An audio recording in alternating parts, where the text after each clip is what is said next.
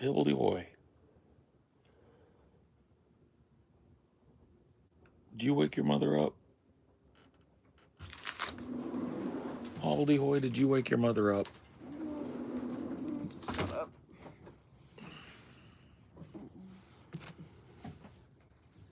I'm sorry, babe. Howdy do. You haven't worn that shirt in forever. It's because it hasn't fit me in forever.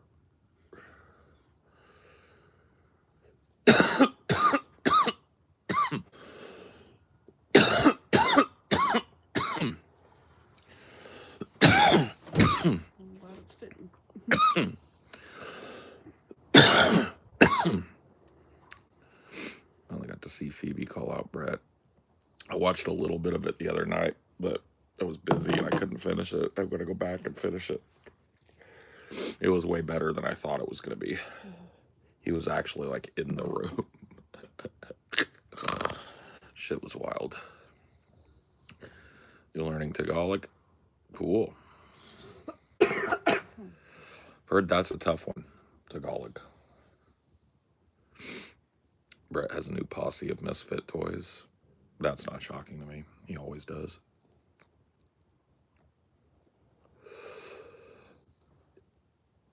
Let me ask you guys a question. Is there somebody on the posse that you suspect is an insider? Because there was always an insider in Brett's posse. Somebody that was there chuffing up Brett just to get in his good graces. You know, he was sitting there fuming. Oh my God, yeah. Well, the manatee fumes about everything. That is the manatee's purview.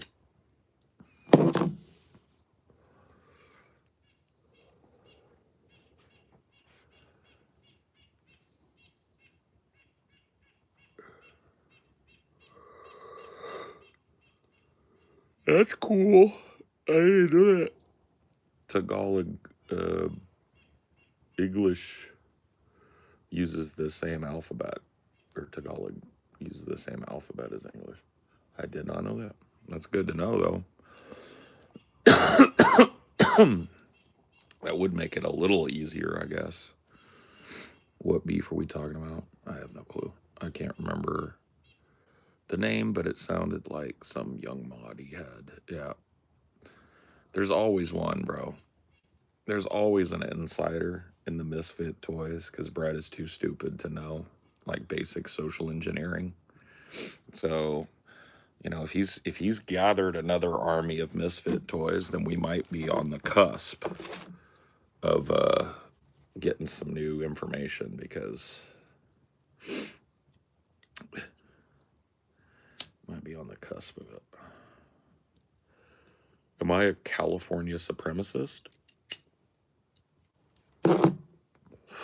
In real life? No. On the internet? Yes. I mean, I feel like everybody has a little bit of bias towards their home state unless you just absolutely fucking hate it every second in your home state. Even if you did, like the devil you know is better than the angel you don't sometimes. That's how I feel about like Fresno and Madera.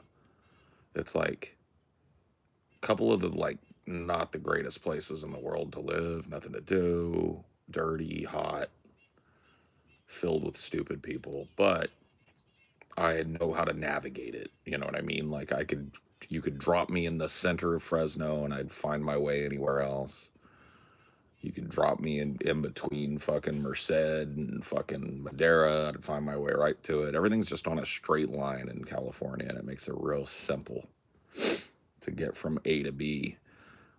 You don't really appreciate that sort of thing until you live in a state like Washington, where there are no direct straight lines over land.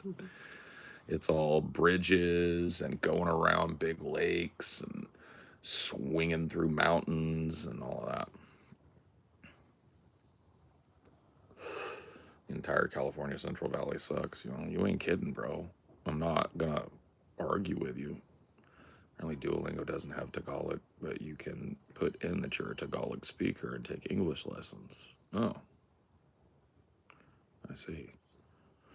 What is our duty to our parents as they begin to age and inevitably pass from this earth? I mean, I think your duty to your parents is different depending on who your parents are and who you are, right? Like if your parents are still in your life, then it's your duty to kind of help them out when they need it. And if they're not, I think it's your duty to do shit.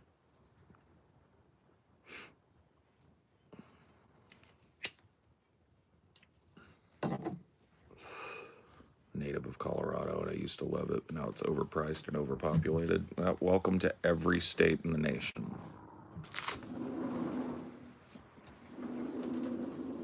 Welcome to literally every state in the nation.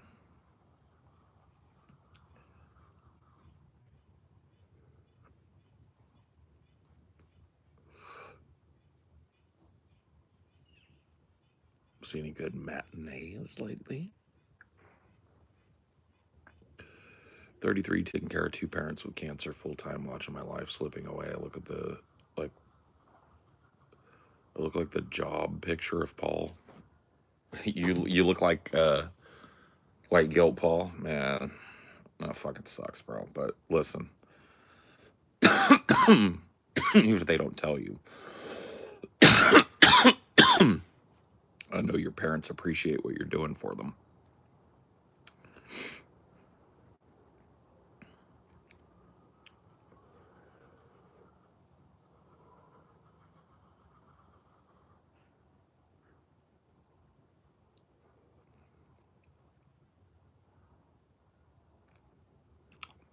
It's crazy how different you look in the white guilt photo, Paul. Bro, that is no lie. Like that was like the bottom point of my life. I was mentally going out of my mind. I was untreated. I was slowly but surely succumbing to like paranoid delusion and not sleeping right, eating horribly. My job was falling apart. You know what I mean? Like in terms of the superstructure of it, I was just barely able to keep myself above water or slightly below water with a straw. You know what I mean? Like just getting a little sip of water or sip of air every once in a while. So yeah, man, that was a fucked up time in my life. A real fucked up time.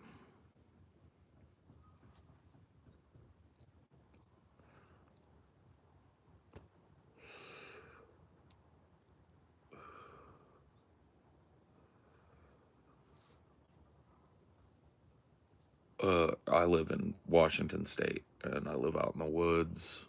Oh, I live rural, so I don't like living in cities and stuff. I prefer to be out here in the woods. Do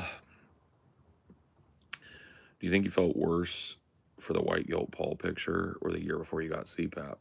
It's a good question. Good question. It's hard to tell, man. It's hard for me to quantify how bad I felt like more than 15 years ago. And to compare it to something that I have much clearer memories of, I feel like my bias would be towards I felt worse during the CPAP, or before pre-CPAP days, but I don't know that that's true. I mean, my mental health was worse back then because I was completely untreated. And yeah, just going out of my fucking mind.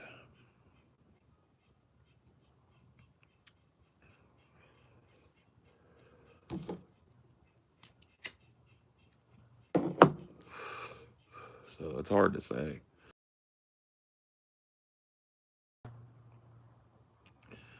How many subscribers do you need to go live? Trying to. I don't know, man. I don't know what they do. I think it's, what is it? James could probably tell you. How many subs you need before you can start going live? I don't remember. Can you do a triple backflip? Nope. Can you?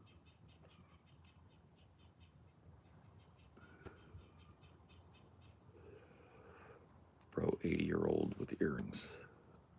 Bro, 45. And bro's had these earrings since he was 16, since you were a sperm and your daddy's fucking only working nut. Make fun.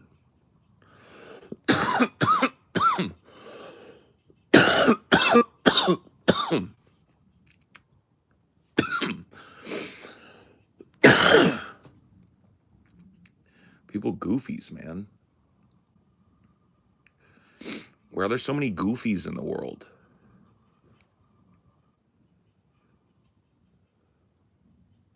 Britney Spears, smash or pass? Pass. Pass. Daddy said never stick your dick in crazy. Okay? Because goofies aren't socially punished anymore. I mean, they are, but they run here to be not socially punished. It's the best weed invention from California. But like probably like indoor. Like I don't know the process of growing indoor or tented. Like they were doing that in California before anywhere else. Cultivation wise, but I don't know.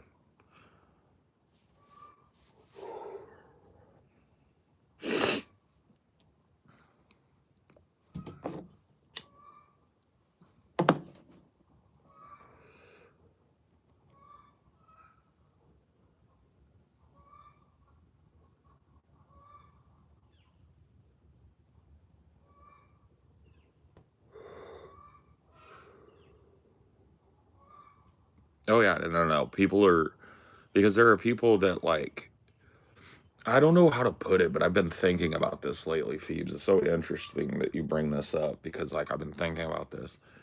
I feel like there are some people who have created this little sub simulation. It's like their life consists of these characters and these things. And anytime something happens that deviates from that norm, it's like they fucking shut down. They're like, I don't understand.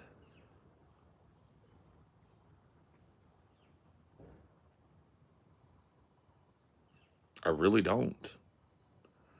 It's almost like that when something challenges their conception of themselves as the main center character and everything, it's like it's like their brain just comes grind into a halt.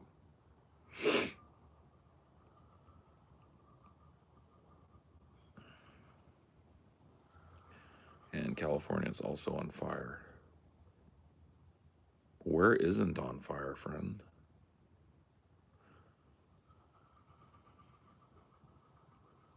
Some coke. Not my drug, friendo.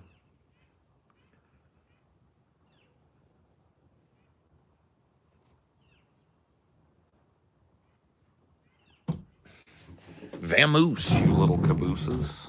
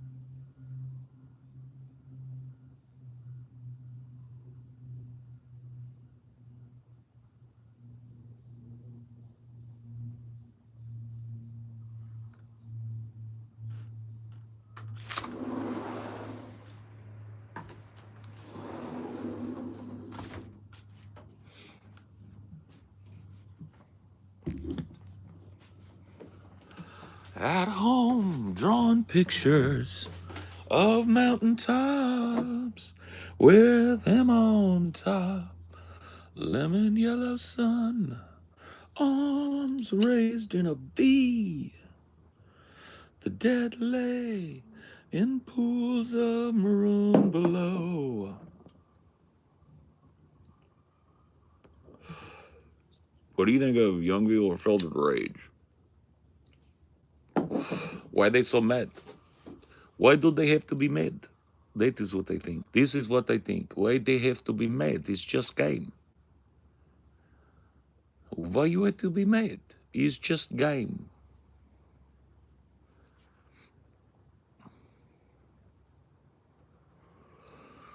Why you have to be mad is what I ask you. Why you have to be mad? There is no reason to be mad. It's just game.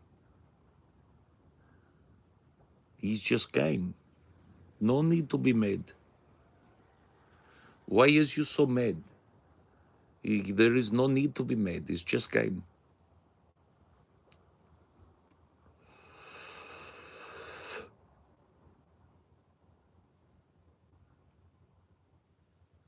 Yeah, but like that's the power of nightmares is about creating a series of false realities as to affect like the whole populace. This is people creating their own little micro false reality and then moving forward with it and then glitching out when that reality is challenged in any way. It's either like a meltdown, like a full fucking meltdown, or they just freeze. Man, Blackie is huge.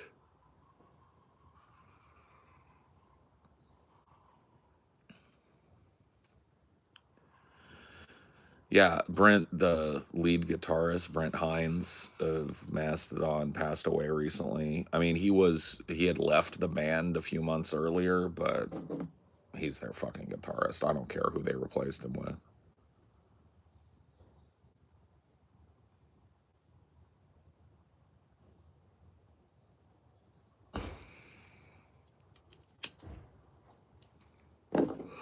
A victim of the modern age, poor boy.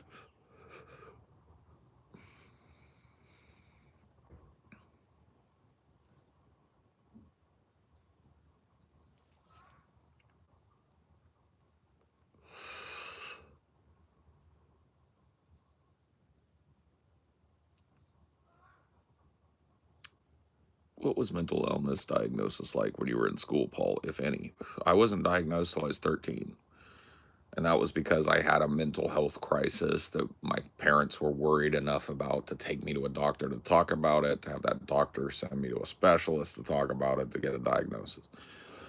And I was given the most generalized diagnosis possible: depression and anxiety. And I was treated for those two things my whole life. When, as I found out recently, I believe that what I suffered from was what they would have called back then manic depression. What they call now bipolar. And that was treated differently even back then, and would have probably been a way more helpful drug for me to have access to all the way back then. But diagnostics were not what they used to, or were not what they are now back then as well. Oh yeah, there's tons of people who like are never even aware that their illness is a thing. I'm thankful. Yeah, I do drink sweet tea. I do. It's delicious and nutritious. Blackie, what are you doing up there, bro? Blackie is wild. He's huge too. He's like a cat. Sweet tea? Yes, it's sweet tea.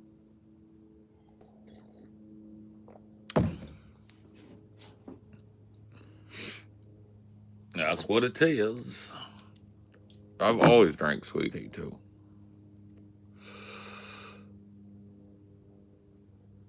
Whiskey. Yeah, dude. I'm drinking a gallon of whiskey. You got me, bro. You got me, bro. I'm drinking a gallon of whiskey right now. It's the last thing D killed, the mole? Yes. He's a mole slayer. He's a hardcore mole slayer. Is that D?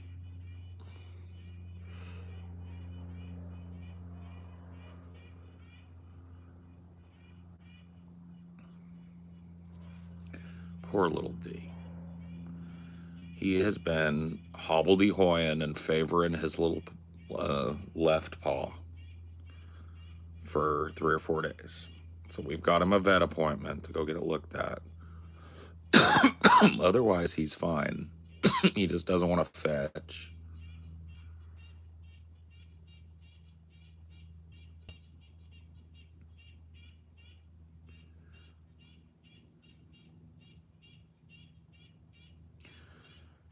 I think he might have pulled a tendon, or he might have something lodged in his paw that I can't get to. Like, I've felt around on his little paw pads and I don't feel anything stuck in him.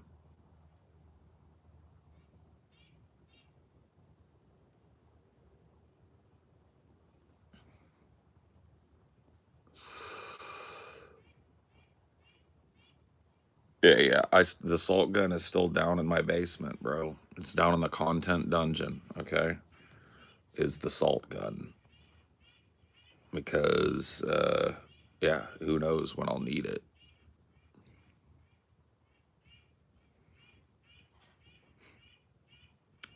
Do you remember Origin of Boogers? Bro, that guy was wild. We sat there and watched him wipe boogers on the inside of his mom's car for like half an hour. That shit was crazy. False.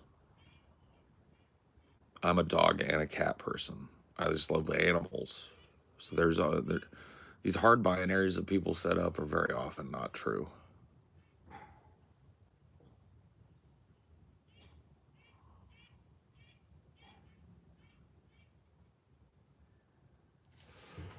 Hold on. I'm gonna talk to my neighbor real quick, y'all.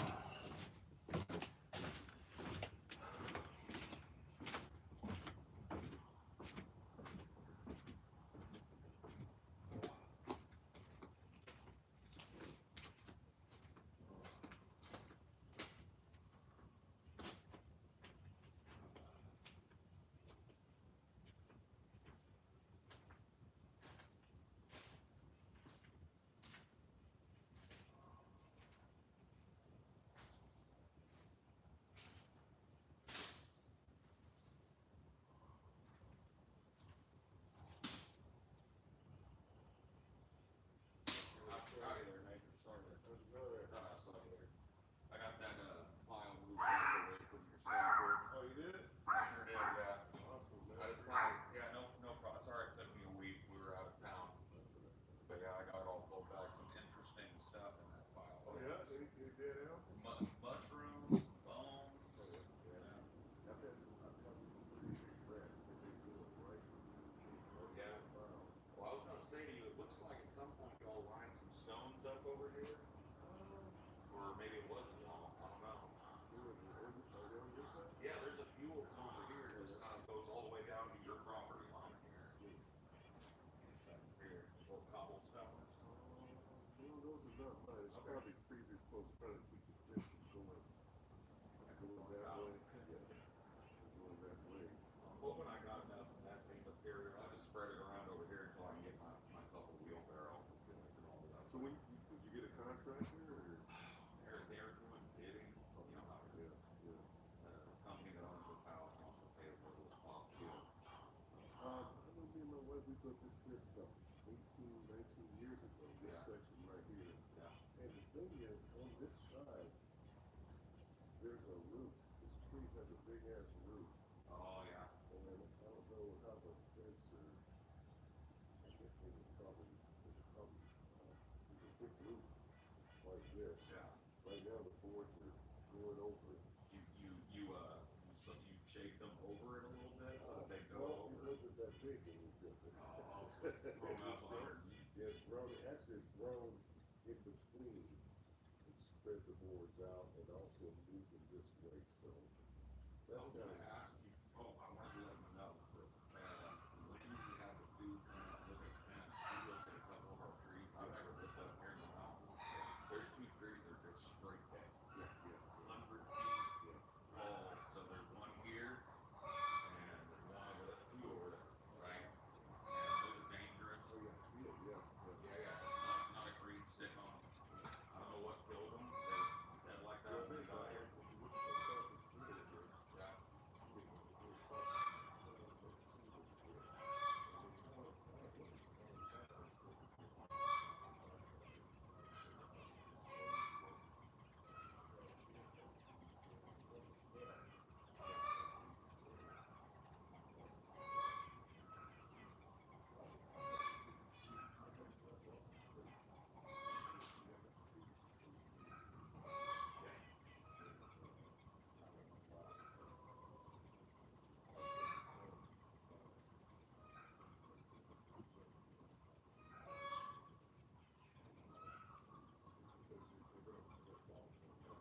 That's my thing. So I told the company a bunch of twice about it. They're sending contractors out for that. I just want to let you know, you're sawing. That's what it'll be. Yeah.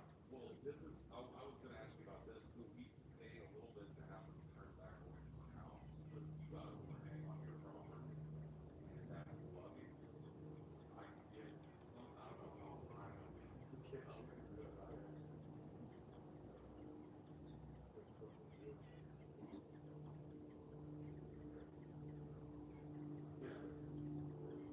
Yeah, no, that'll be nice.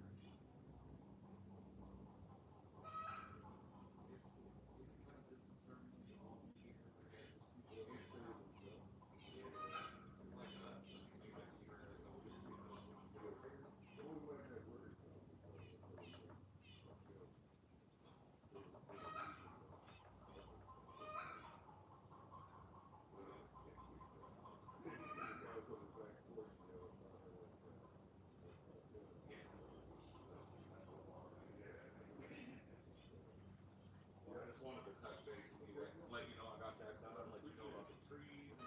If I hear something about the flood, they can't touch a damn thing until they call. So I'll be over at your property and every other one of them to make sure they touch them.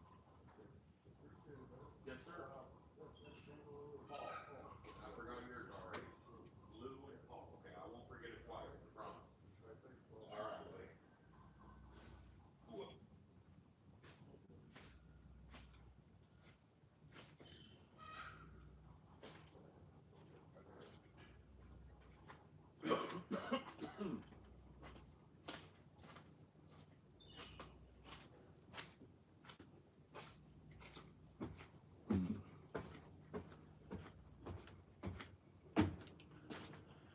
Peabody. Yeah, it's fine, buddy. I'm back. No worries.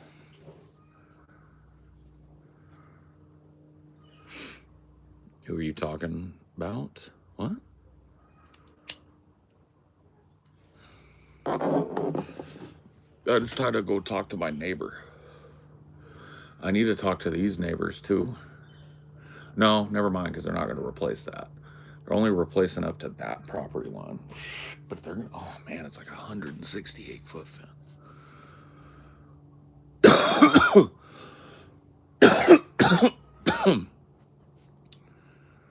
Animals have any rights? Well, there are animal rights, yes. So animal cruelty laws prevent animals from being exploited, treated cruelly. D, why don't you do me a favor, bud? Can you go inside? There you go. There you go, buddy. Hibbledy hobbledy hoy over that way. Man. He doesn't seem to be negatively affected by it, but it just worries me, man. He's old. That's why we're calling him Peabody. He's just old. He's 10 now.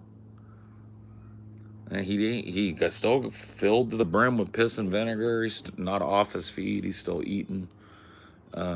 You know, it doesn't seem like he's like obsessively hurting all the time. It just feels like, and it might be arthritis in his little paw, or I suspect that he sprained it just being his little self.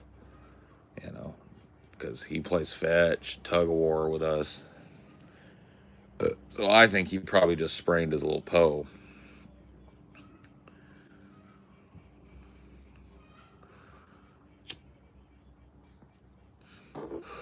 I don't think I've ever stayed at a 5-star hotel, Picasso, but I have eaten at a 5-star restaurant, a couple. Both of them during my drunken peasants era. When I first arrived in Bellevue with my girlfriend at the time, Scotty took me out. I wish I could remember the name. He probably would remember it. He took me out to my first, what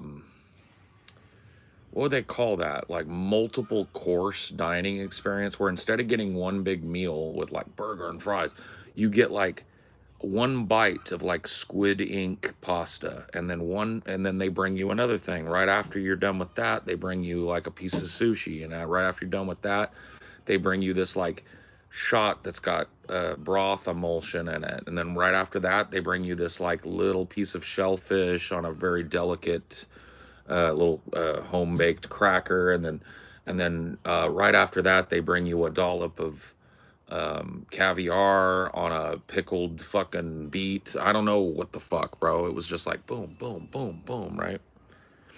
So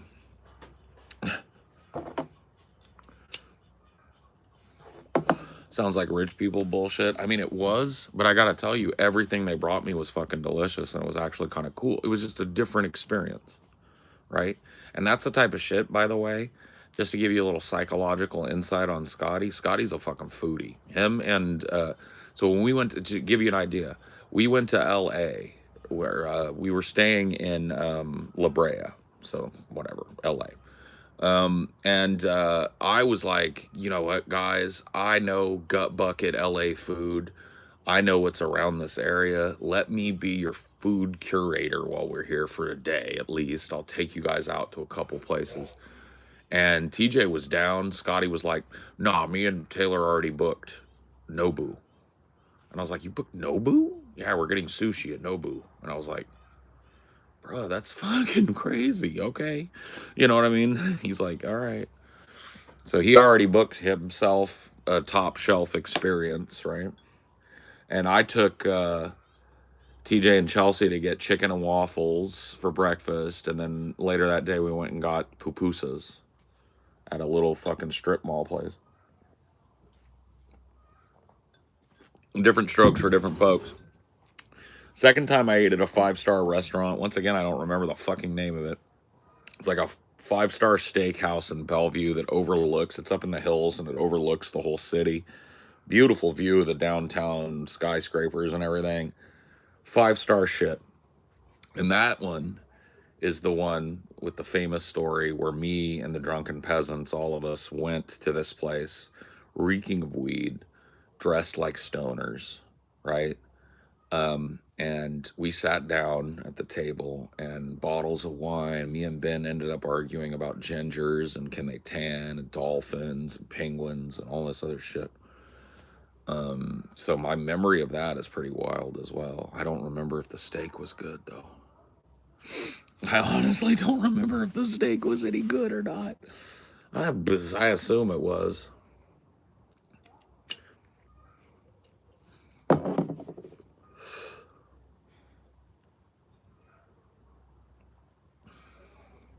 Well, this shirt, I've had this shirt for over 10 years. And this is my shirt that I get to start wearing when I reach a certain weight. And that weight is usually right around 300 pounds. So that's a good sign for me. Because this shirt, if I'm 320, 350, something like that, dude, this shirt don't even begin to fit. So this is my goals shirt that I keep around. And when I get down, like I have been, slowly but surely, I can start wearing this shirt again. Burning the flag is an act of civil disobedience, is lazy, pointless, and changes nothing. Whatever. I don't care. I'm not doing it for the naysayers, and I'm not doing it for the libs. I'm doing it because I don't like being told as an American that I can't express myself in any way that I see fit. So that's why I'm doing it. And I think it's something every American should do on a, couple, 3 times in their life. And it's been 20 years since I burned a flag. So it's time to burn one. I ain't doing it for political clout. I'm certainly not doing it because I think it's going to change anything. So I don't know what the contention is. I'm doing it because really the only thing I care about in this country anymore is the freedom of expression, association, and speech. That's it. That's it.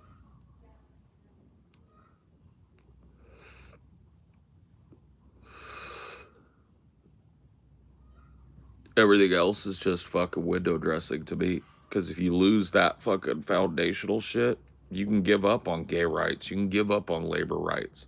You lose our freedom of expression. You lose our freedom of association and speech. You can give up on all these other fucking civil liberties and, liberal advancements that you tout.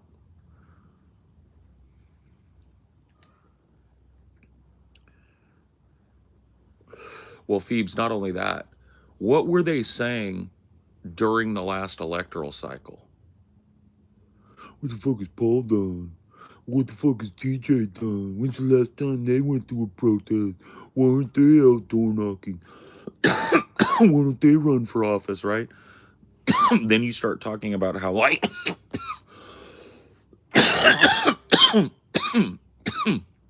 sorry.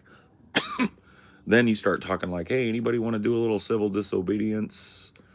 Anybody want to do a little act of protest in favor of free speech? And they go like, look at these idiots doing something. It's just like, dude, you can't win. You can't win, though. Don't worry about it, Phoebes, because you can't win with these motherfuckers. Dude, if you do something good, they will spin it into bad. They will spin everything that happens to you into bad, bro. You remember how those motherfuckers were posting picture after picture of me when I had that weird fucking beard shave and I weighed 40 pounds more than I do now? Dude, they don't even like posting pictures of me over there anymore because I've lost weight, I got a haircut, I look better than they do now. And they're like, fuck. But you don't hear nothing about it no more, though, right? So when you win, they'll spin it into a loss. Or they'll just ignore it. You know what I mean? It's the same shit with this, bro. The goalposts don't even exist in their world because the narrative matters more than the facts, right? They're still all torn up about me, like, threatening to not dox, according to them, some members of their community. But then they'll be in another thread talking shit about Amelia and laughing about the shit that happened to her. So it's like that they caused and participated in. So it's like, you know what, fuck this.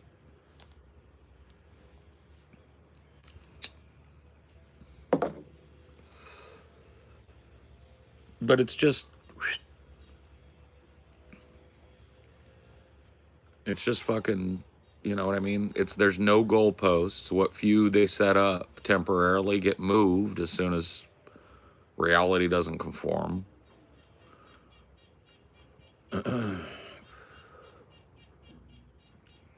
Here's the thing, Phoebes. I learned years ago that that's what they were going to do. So when they're hypocrites, I point it out. When I feel like I can take a little jab and poke the bear a little bit, I do it. You know? But I never take seriously anything that happens in there. And I certainly don't spend time reading it like daily or weekly or whatever the fuck. I check in on it, see what the temperature is. Oh yeah, my haters are organized into various little groups. A lot of cross appeal between these groups spread out over various social media platforms. Bro, I've got a dude on Twitter, for example, and if you go look at my last few tweets, you'll find him in there. For I think probably 8 or 9 years now, this dude has replied to almost every tweet that I've made with the same type of message, but it's always different. And it's always about how I'm a piece of shit for being a leftist in some way. And I'm a fat neckbeard fascist, blah, blah, blah. And he's been, like I said, for 8 years. So it's like some of the dedication is just off the charts, like off the charts. And a lot of these dudes, if they were honest, they're in the same boat. Like, you know, they've been watching me for 10 fucking years or more, right? And they're wildly angry that I've changed as a human being. That seems to be the main crux of their argument, because typically when there's a big old fucking whiny thread over there on one of the hater subs, right? It starts with Paul used to be, and then it blah blah blah blah blah blah blah blah blah blah blah blah, right? And it's just like, bro, do you think you're gonna be exactly the same person you are in 10 years? Maybe that's true. Because I've had life experiences, and I've read books, and I've met people, and I've changed jobs in the last 10 years, and that just changes. I've changed states 3 times in the last 10 years. You know what I mean? Like, I've lived a life, and so yeah, experience shapes people and changes you a little bit over time. And I hope I'm a different person in 10 years from now. If I'm not a dead person, I hope I'm different than I am now, even again.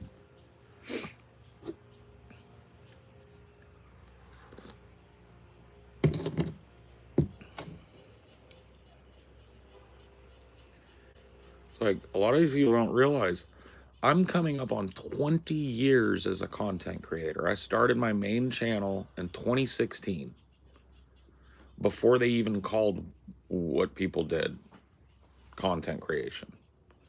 I started, well, wait a minute, am I right about that? 2006, sorry. 2006, my bad, is when I started my account.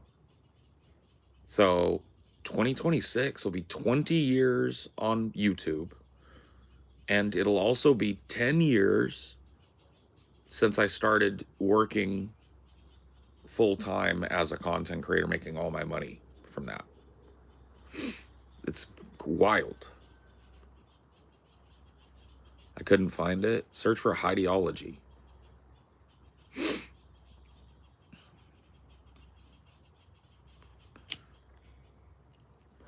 All my old vids are back up. Everything. All my old, what was it called? The ego answers shit is back up. All my old early videos and religious and political critiques are back up. They're all there. I was about to be off a decade, bro. I was like, yeah, 20 years, 2016. I was like, wait a minute. That doesn't make no sense. A bee legit just flew into my apartment. I got it out safely, though. Oh, that's good. He didn't hurt the little bee. And he didn't sting you. How do you feel when you go back and watch those old videos? I'll be honest with you, I don't really. I watch recent stuff of mine sometimes just to kind of get context for something, or to go back and watch something that I didn't remember very well or whatever. But I don't go all the way back to the beginning ones, bro. Very often. When I do, I go like, wow, look at that little young buck. You know, like the same thing that fucking people will say about an old man when they see a picture of him when he was 20. You know what I mean? That's how I feel about it. It's like, look at that young buck. Look at that dumb shit. Look at that idiot that has no idea what he's doing but speaks so confidently. Look at him developing his little personality. That's how I feel about it when I do.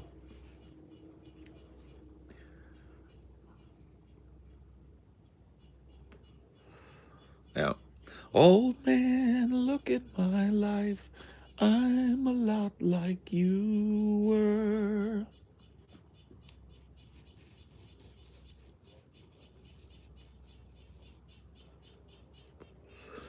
Boom, boom, boom, boom. Old man, look at my life. 24 and so much more. I live alone in a paradise. Makes me think of you. Love lost, what's the cost? See the way we all got tossed, like a coin that won't get tossed, rolling home to you. Boom, boom, boom, boom, boom, boom. Never got to see Neil live.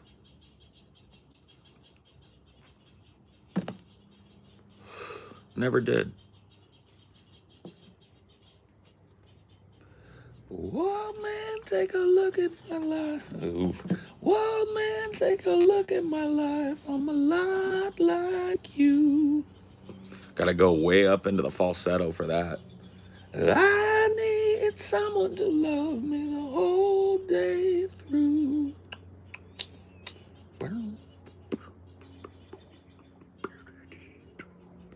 It's a great song.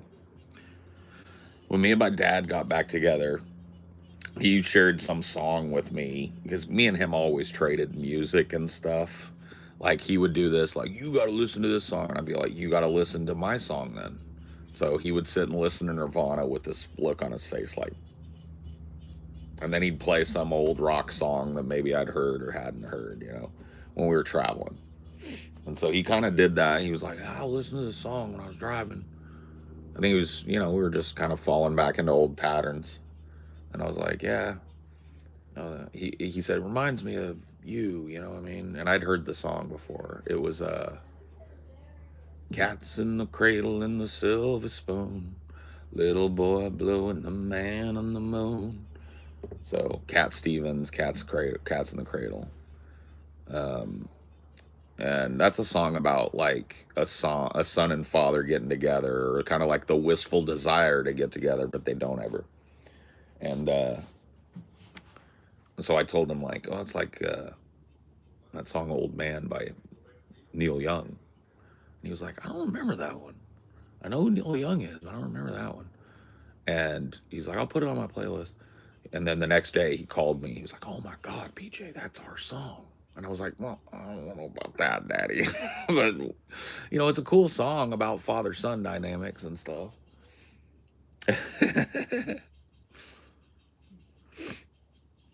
What's up, Paul Sr., if that's really you? Is that Paul Sr.?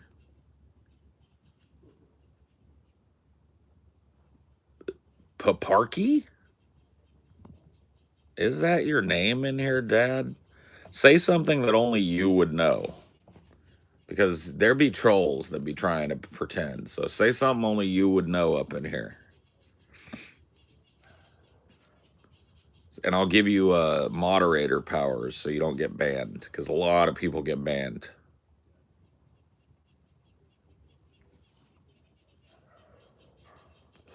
You don't remember being much like me, though, if that is you. Well, you probably weren't. It's, you know, it's a song.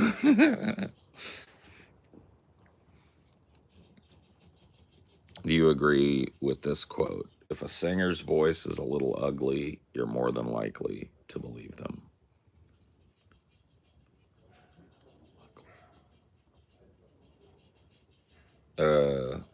I don't know. Maybe not.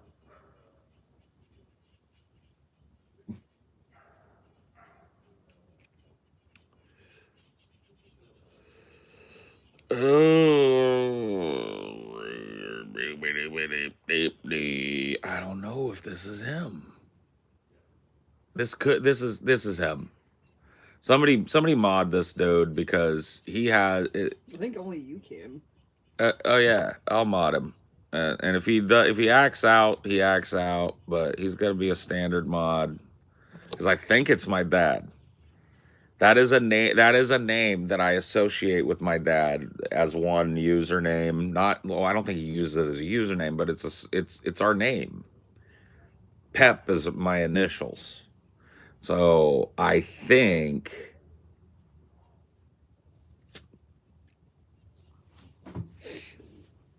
he's real.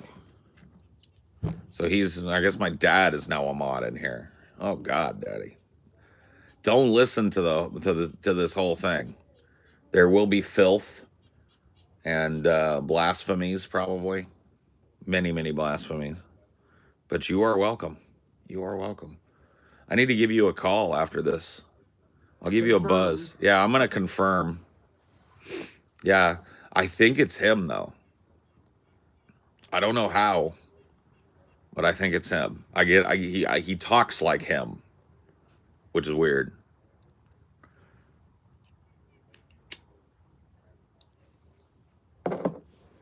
Yeah, Dad's a cool cat. He's a chill guy in his old age, which is cool. You know, I'm getting chiller in my old middle age, you know, so I'm on my way. Oh, nope, that's him. That's him. It's 100% him. So I knew it. That's why I jumped in front. Yeah. We got you. It's you, Daddy. Cheers. I just had to double check because there are weirdos, man. You're not the first Paul's dad to come in here. Let's just put it that way. But I've known that it wasn't you in the past. But this one intrigued me. Raised an eyebrow. That's cool. It's him. 100%. You hadn't fed Dynor before you let him in, right? Yes. You did, so you had doubles. He scammed a double break because well, he wasn't going for it. I thought that's why you had let him in to do it, and like he did eventually eat it, but so he had double break. Well, did you? Cause you put break? Yeah. Okay, he definitely got double break. Sorry. No, don't be sorry. He's a scam artist. We have to warn each other, and I didn't warn you. He gobbled. Well, the thing is, he wasn't begging for it. I just thought that he had wanted it, and I thought that's why you. Oh, that's because he was begging for it this morning. I see. So you would. And I just, and then as soon as I do, the first thing I did, I didn't even wipe the crust out of my eyes. I fed his little butt. Because what happened is, like, he wasn't going for it. I'm like, "Are you feeling okay, D?" And like, Cricket started going for it. Yeah. He calls me Pops, disrespectful. I mean, okay. Well, the other thing, I got roasted for calling you Daddy. People were like, grown ass man calling his dad Daddy. I'm like, that's kind of a Southern thing, I think. So it's like I had to choose something else, and I went with Pops.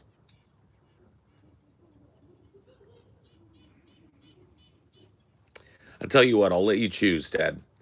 Pops or Peepaw?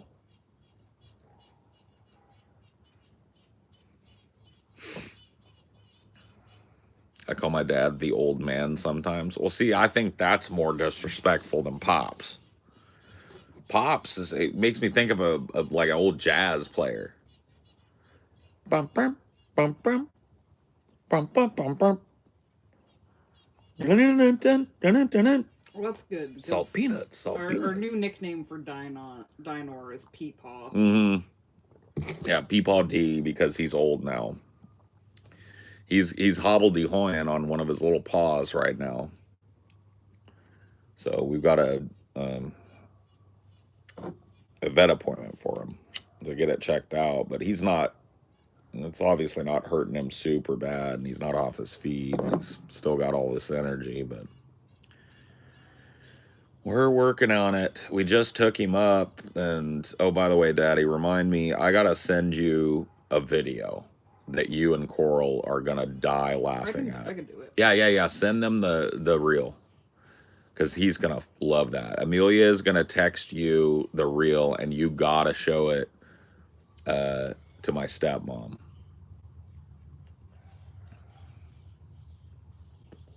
Because she's gonna die. Paul had Conan the Barbarian hair. Now he has Conan O'Brien hair. That's a good one. I like that. That's true.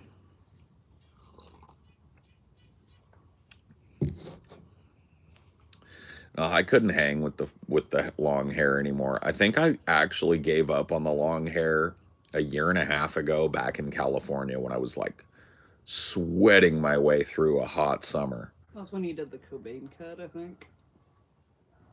That was your first. Yeah. That's when because I just wanted to get it off my neck, and that was one step closer. And once that happened, that was one step closer to a normal haircut for me.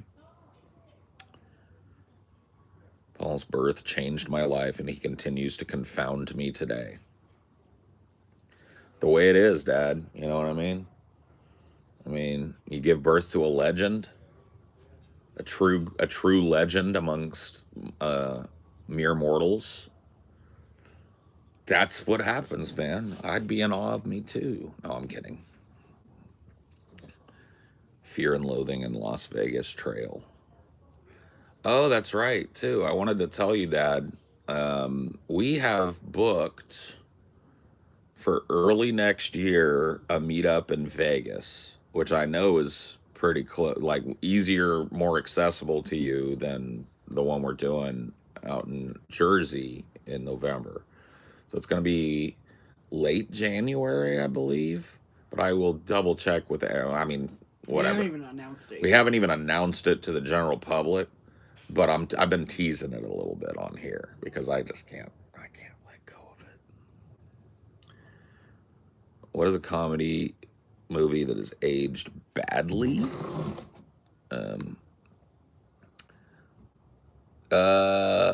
Trading Places. Trading Places, yeah. Trading Places has got some, some jokes, some 80s jokes that were pretty edgy even in the 80s. And that really are edgy now, Dan Aykroyd and blackface, a whole rape subplot. But honestly, you'd probably look at most comedies from that era, and they probably aged not amazingly. Yeah. Yep. They well, I mean, some of them have, though. Yeah. It's like The Jerk. The Jerk is a comedy that has racial elements in it, that has... it's a little bit edgy, but it has aged impeccably, I think. Oh, you just call out my name, and I'm just saying, like, the majority of, like, the slapstick shit from that era probably didn't age great. I don't know. We'd have to look at it. Yeah. I'd have to look at a list of 80s comedies, and I could tell you what aged good and what didn't. Just pull up like the top 10 80s comedies or whatever, and I'll tell you what aged good and what didn't. Excuse me. No, I'm a disgusting individual.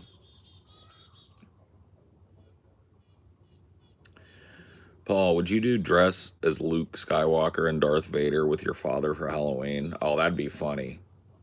That would be a good co-costume, but I don't think me or Dad isn't interested in going through the whole Halloween shtick. Maybe I'm wrong. If he wants to do it, I'll do it. Once Bitten with Jim Carrey.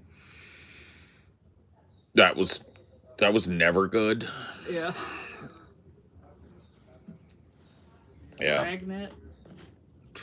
Dragnet has aged well. Dragnet is a cool movie, actually. It's like a film noir comedy. making fun of an old 50s TV show. Stripes. Bill Murray. Stripes is aged okay. It's edgier, but it's on an army base, so it's like it's supposed to be hard, rough and tumble guys. So I think that's aged okay. Porky's. No, that didn't age good. Porky's is a little, yeah, Porky's a little crazy. I mean, it's funny to me, but yeah, that one didn't age well. Teen Wolf. I'm one of these guys that will say about that one, like, that one was never good. Yeah. But some people loved it, though. It was a really popular movie, but I just never fucking vibed with it. But do you think it aged poorly politically or no? No. It's about a dude that's in high school that gets bitten by a werewolf, and then he becomes a basketball star when he's wolfed out. So it's not... I don't remember it being that way. Major League. Ooh, Major League might have a couple of things that are a little sus nowadays, but I think it has aged super well. That is a cool movie. But here's the thing about that movie that people probably hasn't aged well. It's the Cleveland Indians with their old red-faced mascot. Mm-hmm. So that hasn't aged well. Maybe one or two of the like little racial jibes back and forth.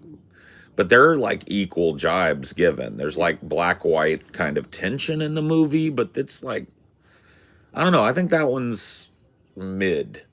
Weird Science. By modern standards, no, because it's about two teenagers that create a beautiful woman that is obsessed with them in every way. And her only like purpose is to serve them. You know what I mean? So yeah. And their intention is to have sex with her. It doesn't go that way, but yeah, it would be a little sus by modern feminine, more than a little sus. So yeah. Pee-wee's Big Adventure. Aged like fucking fine wine. The Witches of Eastwick. That's a garbage movie, bro. So that one was never good, but I guess I don't remember it being politically bad or racially bad. The Witches of Eastwick, if I'm thinking of the right one, is about... Who played the main guy? Is it Jack Nicholson? I can't remember who's in it. Well, it's got Bette Midler. It's got Jack Nicholson. Yeah, Jack Nicholson, Cher. Yeah. Okay, that's the one I'm thinking of. That movie's not great, but I don't think it's aged poorly. 9 to 5 with Dolly Parton. Ooh, great movie, dude. Great movie. Still great, too. Still great. Bill and Ted's Excellent Adventure. Nothing wrong with that. That is racially beautiful, politically beautiful. It's about loving each other and being excellent to each other. It's got a good message for kids, good message for adults. That one aged like a fine wine. Better Off Dead.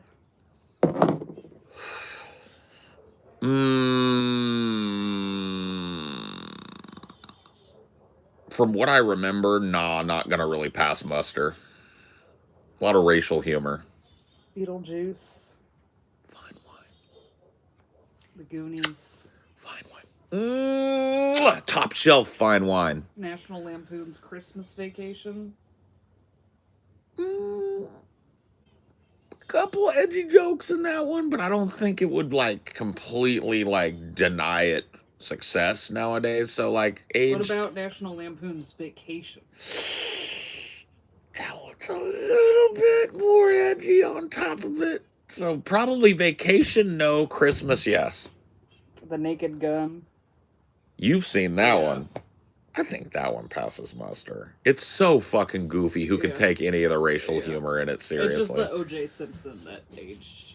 Well, that aged poorly, but I mean, okay, never mind. I guess, yeah, having a multiple murderer in the cast is a little sus. I don't know. Planes, Trains, and Automobiles. Fine wine. One of the greatest comedy films ever made about friendship and acceptance and love. It really is. It's a beautiful film. And funny as fuck, too. John Candy and Steve Martin at their peak. Stardust Memories. I think that just aged poorly because it's Woody Allen. Oh, yeah. Yeah, if it's a Woody Allen movie, you can't even bring it up, no. Beverly Hills Cop.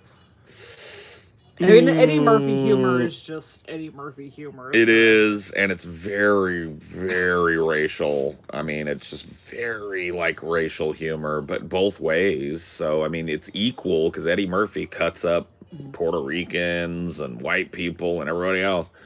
I don't know, man. I think probably not. Too sensitive. Three Amigos. Nope.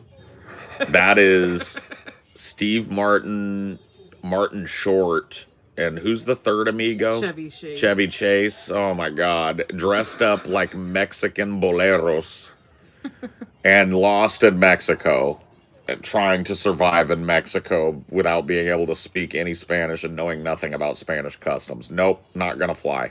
The Blues Brothers. Not gonna fly. It's two white guys doing fucking blues music. It's not gonna fly. Wheels on Meals. I don't even remember that movie, so I can't comment. Follows two kung fu cousins played by Jackie Chan and Yuan Biao who run a fast food truck in Barcelona. No, not ringing any bells. No. Coming to America, that's a good one. Somebody in the chat said that's another Eddie Murphy movie, though. So, he portrays, like, remember that character he does in Trading Places? That's the birth of... Yeah, that's the birth America. of Coming to America, yeah. So he plays that character, but for real. Yeah. Princess Bride. Fine wine. Nothing wrong with Princess Bride. Ferris Bueller's Day Off. Let me think. There's some like teenage sexuality in that movie that might, I don't know though. That doesn't seem to like, that's been in movies. Yeah. So that ain't gonna be, there's nothing racial and nothing that would not pass off today. Caddyshack. Not gonna pass.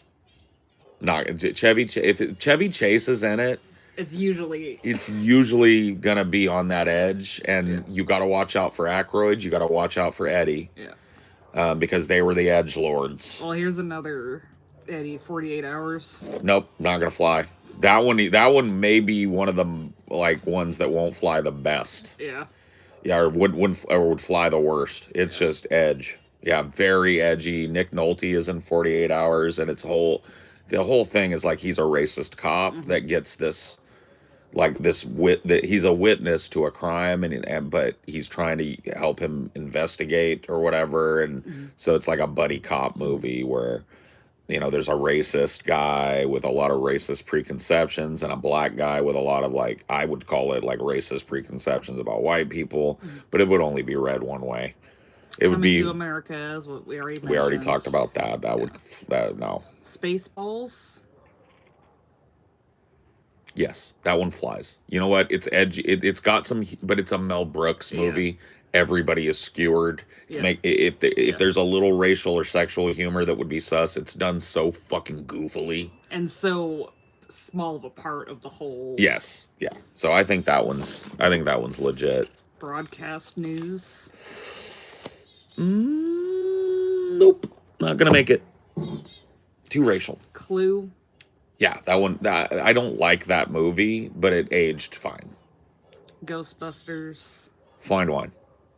A little bit of racial tension in it, but it's good natured. It's a fine wine. When Harry Met Sally. Fuck. I think there's some humor in that would be considered a little sus. Maybe a little objectifying and like. Isn't that the one where she fucking creams herself over some mayonnaise or some shit? No, well, she's in the. They're talking in a diner. Yeah.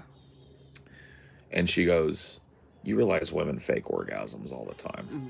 And he's like, "Bullshit.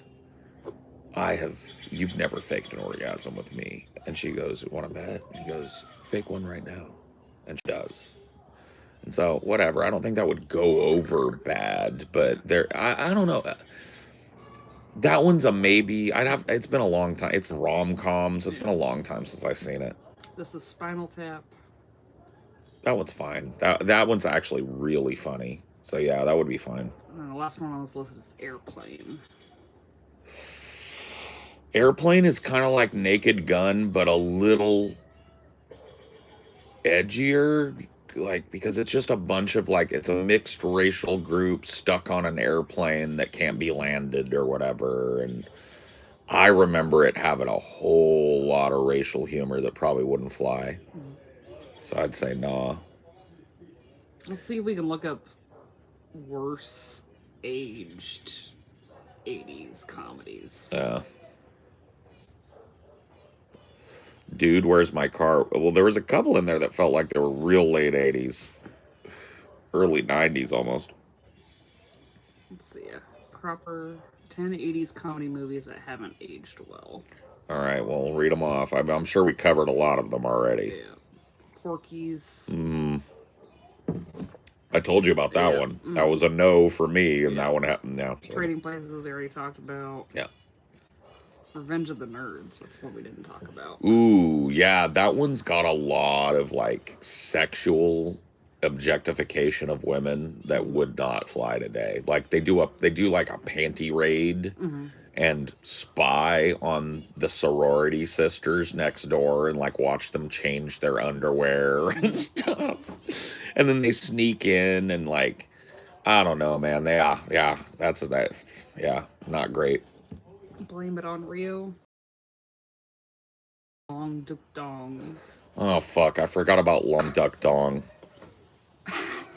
He's played by an Asian guy. Yeah. The I forgot about Long Duck Dong, though. Yeah, and then you're right. There's a sexual assault played for laughs. Oh, where is that? They don't go into super detail with it. Where's there, guys? Somebody tell me what sexual assault happens in fucking Sweet 16, man. Or 16 Candles, yeah. Because that dude, those movies, I can't remember the name of that director. Does it say there? Probably not. But like the director that directed that movie John Hughes. John Hughes, Pretty in Pink. He directed Breakfast Club, St. Elmo's Fire. Like these movies are fucking like so important to me. But you're right, Long Duck Dong is not gonna pass. Not gonna go over. I don't remember there being a sexual assault, but all I remember is her rape is presented as her fault. She gets raped in Pretty in Pink? There's been 16 Candles? Or sorry, fuck, I'm mixing them up. Same fucking actress, Molly Ringwald. Yeah. 16 Candles. I don't remember her getting raped. But also, you probably haven't seen it since it came No, out. I've seen it. Oh, you I've have? seen it like probably 10 years ago or 5 years ago. Like I watched Your it. definition of 10 years ago is not the most reliable. It's implied in the movie? Fuck. Can you look up a plot, like a quick plot synopsis of Pretty in Pink for me? Fucking 16 Candles for me. I like Pretty in Pink better, by the way. Yeah. Like, that's why I keep saying it, because I think Pretty in Pink would age way better, probably, because there's no Long Duck Dong in it. Alright, let's see. Let's read the Wikipedia plot, because those are usually pretty in-depth.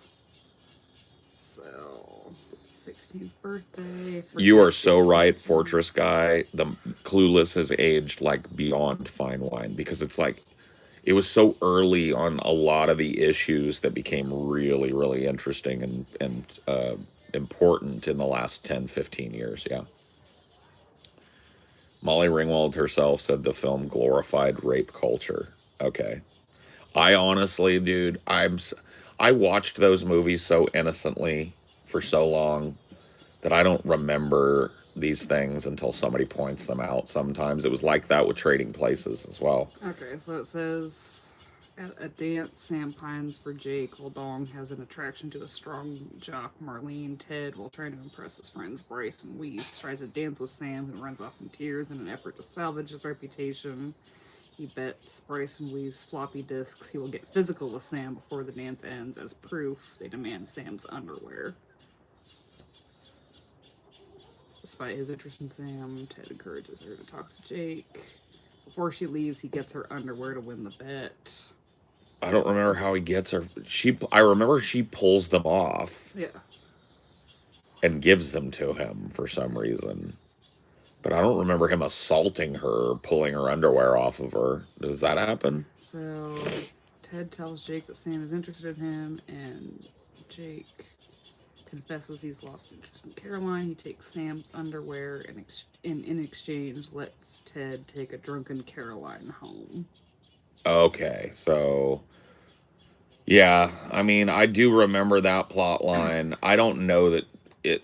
So it's probably the taking the drunk Caroline home. And the panties Yeah. thing, like, is a little weird. A 16-year-old girl giving up her panties is a little weird.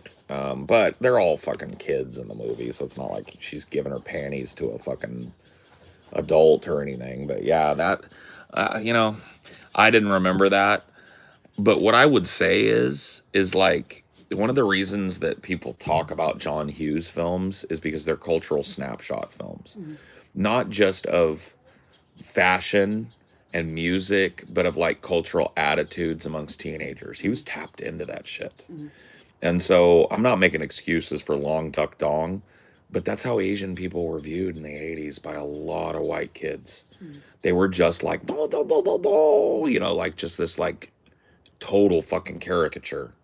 And, you know, him putting Long Duck Dong in the movie and having an Asian guy play him, I think it was like, I don't think of John Hughes as a racist dude, although he never really put people of color in his movies. It was all white kids. So maybe he was. But those movies are so good at capturing the attitude of kids in the 80s. He fucking was tapped into that shit. And 16 Candles is like legendary for that. Just the music and the clothes and the attitudes and the lingo, right? All dead ass. So it's like one of those movies, if you want a culture, you get the whole thing. You get the racism, you get the sexism and the objectification of women and girls, because that, dude, it's in the movie, but nobody is going to fucking tell you with a straight face that it wasn't in the real world too. That sort of shit where girls were just passed around or like they were conquests. Oh, I bet I could get laid before you. I bet I could fuck that chick tonight. Bet I seal the deal. That culture existed, and John Hughes putting it in his film might have been a commentary rather than a, you know what I mean? An endorsement. It's not like Sam is happy to give up her fucking panties. It's not like she's happy that he gropes her on the dance floor, right? And she eventually learns better than to be around him. You know what I mean? So. Yeah. All right, so I'll go back to the aged poorly list. Mr. Mom. Fuck, man. I love Michael Keaton, but I hated that movie. It was just a boring movie, so I don't remember anything about it. I watched it maybe once or twice when I was a kid. Short Circuit. Yeah, that one has a dude in Indian face. Oh, yeah. As a white guy. Did we watch Hackers together? Yes. Do you remember the guy that played the corporate evil? Yeah. The plague? Yeah. That guy smears brown makeup on his face and talks like this for the whole movie. Oh my goodness, Johnny Five, please. You know what I mean? So it's pretty, yeah, that ain't gonna do it. And there's a joke about Jews. Yeah. I'll tell the joke because it's not dirty. It's just kind of like an off color. So it goes, a priest, a rabbi, and a bishop are standing around talking about money, and the priest says they've all have this money and they're deciding how much to give to God. And the priest says, well, we draw a circle on the ground, we throw the money in the air, everything that lands in the circle we give to God. And the bishop says, no, draw a circle on the ground and we throw the money in the air, and everything that lands outside the circle we give to God. And the rabbi says, no, we draw a circle on the ground, throw the money in the air, and whatever God wants, he keeps. It's just like saying the Jew would find out a way to save all the money for himself. Soul Man. I think that's kind of so. My God, bro, it's Blackface the movie. So, yep, not gonna work. I'm a soul man. He literally turns black in the movie and he can't rinse it off or something, and so he just pretends to be black. He's like, hey, brother. That one now, nah, bro. That one was. Bro, we fucked on that movie back in the day. It wasn't even aged well when it came out. No, dude. Nobody liked that fucking shit, bro. Overboard. Oh, that is, hold up. That is... Goldie Hawn. Yeah, no, I wanted to fucking find it. Sorry. No, it's okay. Yeah, I remember it. I don't remember the movie, though. It's another rom-com, so not my genre. But I remember the movie enough to remember, like, I don't know, garbage movie. Big. Why isn't Big aged well? Let's see. Oh, okay. Have you seen Big No. with Tom Hanks? No. Okay, Big. Let me tell you the plot of Big, and you tell me if it's sus.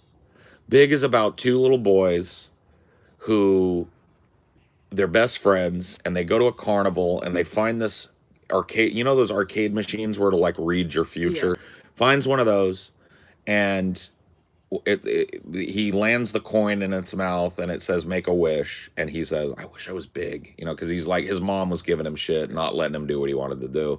Wish I was big. Wakes up the next morning as Tom Hanks. Mm-hmm. His mother freaks Oh, wait, out. no, I have seen it. The toy company. Yeah, he works at the toy company. So the implication that I think hasn't aged well is that this woman falls in love with what is ostensibly a 12-year-old. Yeah. And then she finds out about it at some point and still kisses him and stuff. And I think they have sex at some point.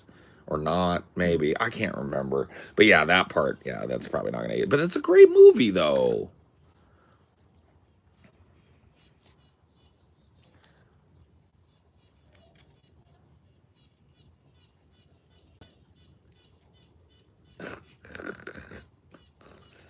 And the 80s were, I gotta tell you, the 80s in particular that was a wild time, bro. It was a transitional time in the world, the 80s was. Because like a lot of that shit was a relic of like the 70s and the 60s kind of attitudes that were, a lot of it was being lampooned. Mm-hmm. But even lampooning it in the way that it was like you can't lampoon blackface by getting in blackface, you know what I mean? You can't I would say Tropic Thunder is the closest to lampooning it. Well, because they weren't lampooning it there. That like they were so smart about that movie. Yeah. Because that movie was about a dude that was so up his own ass he didn't realize what he was fucking doing. Yeah. And he gets checked by every character in the movie. So it's great. You know what I mean? So I would say that's the best modern blackface. Well, the only way that you can make it okay is if it isn't, number one, it isn't the central plot of the film. And number two, if the character that's doing it is so stupid he doesn't realize why it's wrong and everybody's fucking on him. Yeah. You know what I mean? Then like people are mad at the character if they're mad at anybody, not the portrayal. Because it's never glorified that he's doing what he's doing. No. It's painted as like this is going to be the most absurd fucking film ever, and he is so far up his ass he doesn't realize what he's doing. Yeah, and even comes to the culmination at the end of it where he's like I don't even know who I am anymore. Yeah. And anyone saying Tropic Thunder is, I mean, there's maybe other things in Tropic Thunder that age poorly, but. Like I said, the blackface was criticized within the movie. The Asian portrayals of like, we are flaming dragon, you know what I mean? And the retarded guy portrayal. But that was made fun of too. Well, yeah, because it was like an actor trying to get an Oscar by playing a retarded guy. So, for 400 years, that word has kept us down.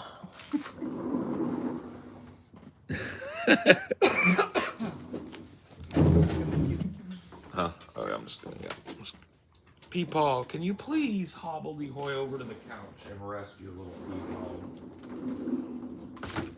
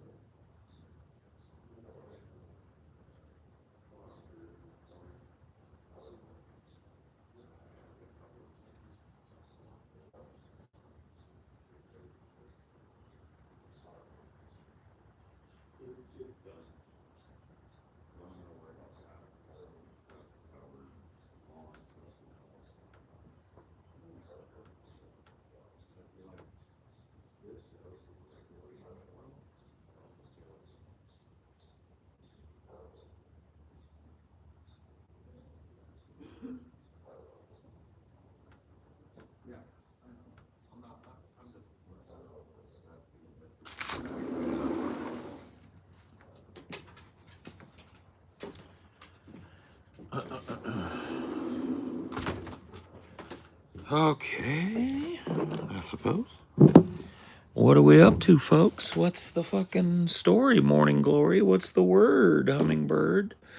Have you heard about Hugo and Kim? Did they really get pinned? I was hoping they would. Now they're together now. Going steady for good, going steady, going steady, going steady, steady for good. He's in love with Kim, Kim's in love with him. Going steady, going steady for good. Hassan Cam? Oh, 'cause I was away from the fucking, yeah. That's one of the things that's wild to me about like these modern streamers is like they'll put on somebody else's video and then just be like, be right back. And it's like, oh, fuck that work.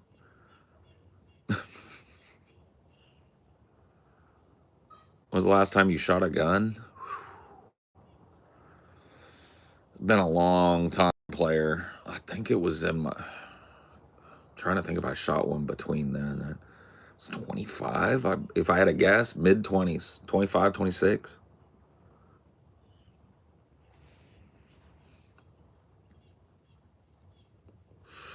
So 20 years. I like Hassan. I didn't mean that as a diss.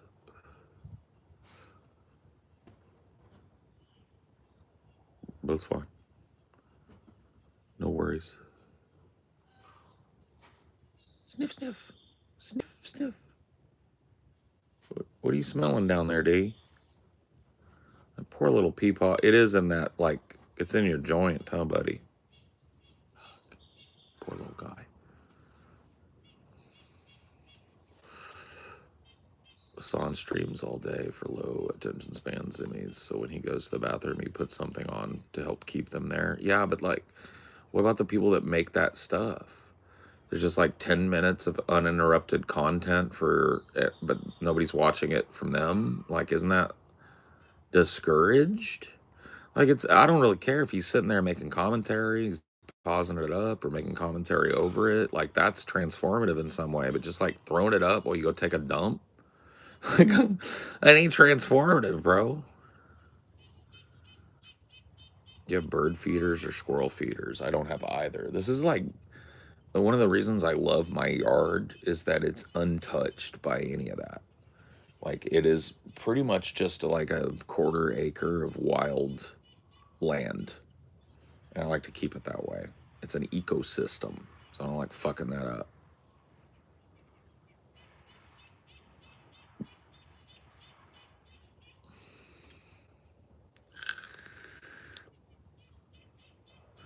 Yeah, they got to get up at some point, but put on a be right back screen and get a piece of music made for yourself, dude. Dude's a millionaire. Like, why dude got to put on somebody else's video, somebody else's hard work, and just steal 10 minutes of it? You know? Like, I'm not trying to moralize about it too hard, you know what I mean?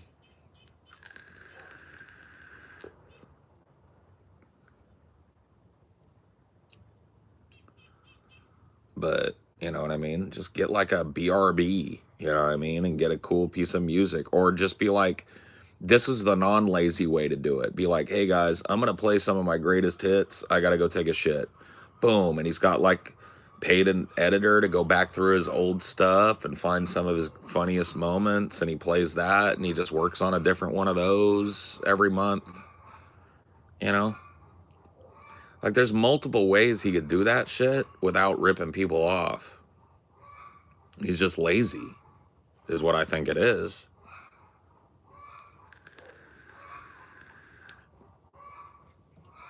Yeah. So he could be like, hey guys, I'm gonna throw on the greatest hits real quick. I gotta go take a fat ass, fucking gross ass fiber dump. I'll be back. You know what I mean? And then it's him fucking on some interview show, or it's him, roasting some dude, or it's, whatever. He's just lazy. That's what I think it is. I think it's just laziness.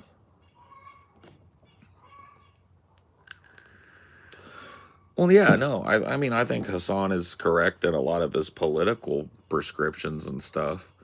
I mean, I love that the dude is like done with the DNC. I think that is the energy we need right now. We need some leftist energy pointing out that the DNC is now just a conservative party. It's diet conservatism.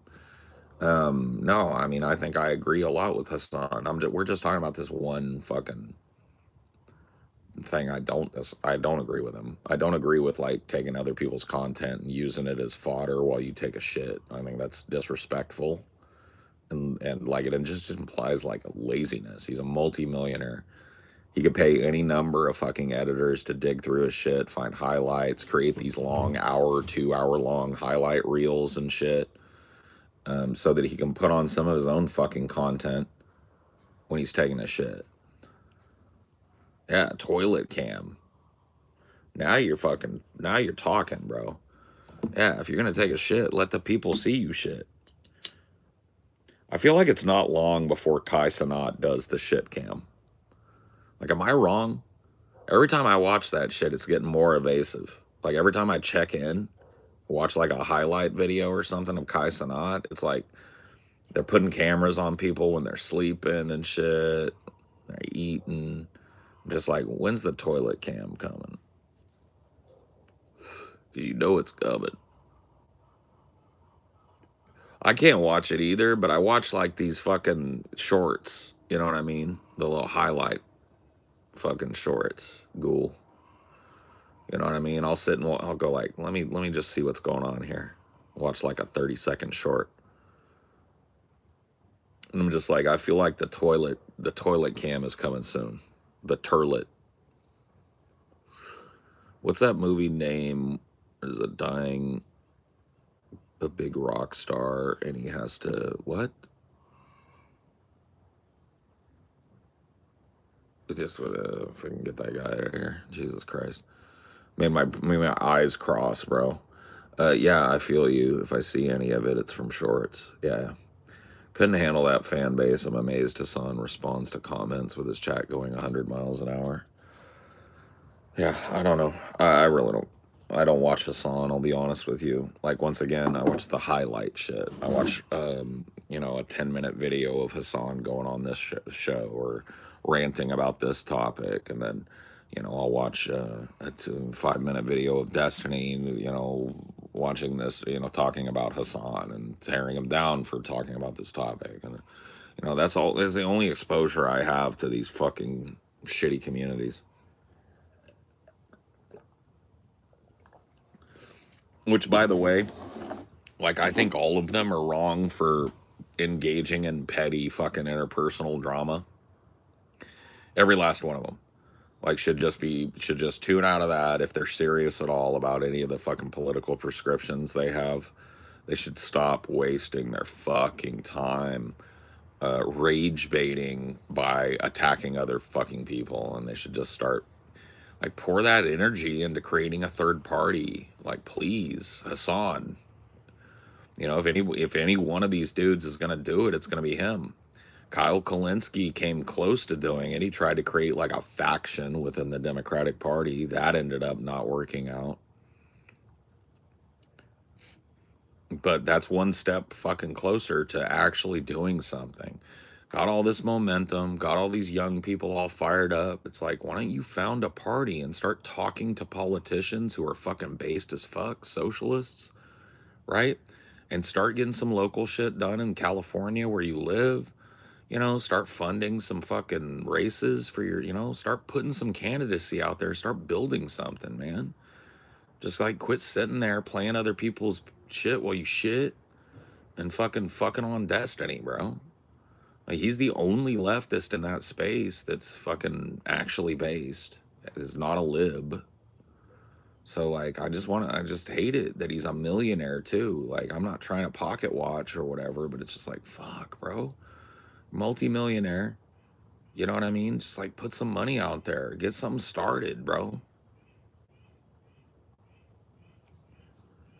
Yeah, Ethan Klein's drama and he fucking Destiny and like it's just like wham wham, yeah, you're a pedo, you're a pedo, you're a pedo. It's like ugh.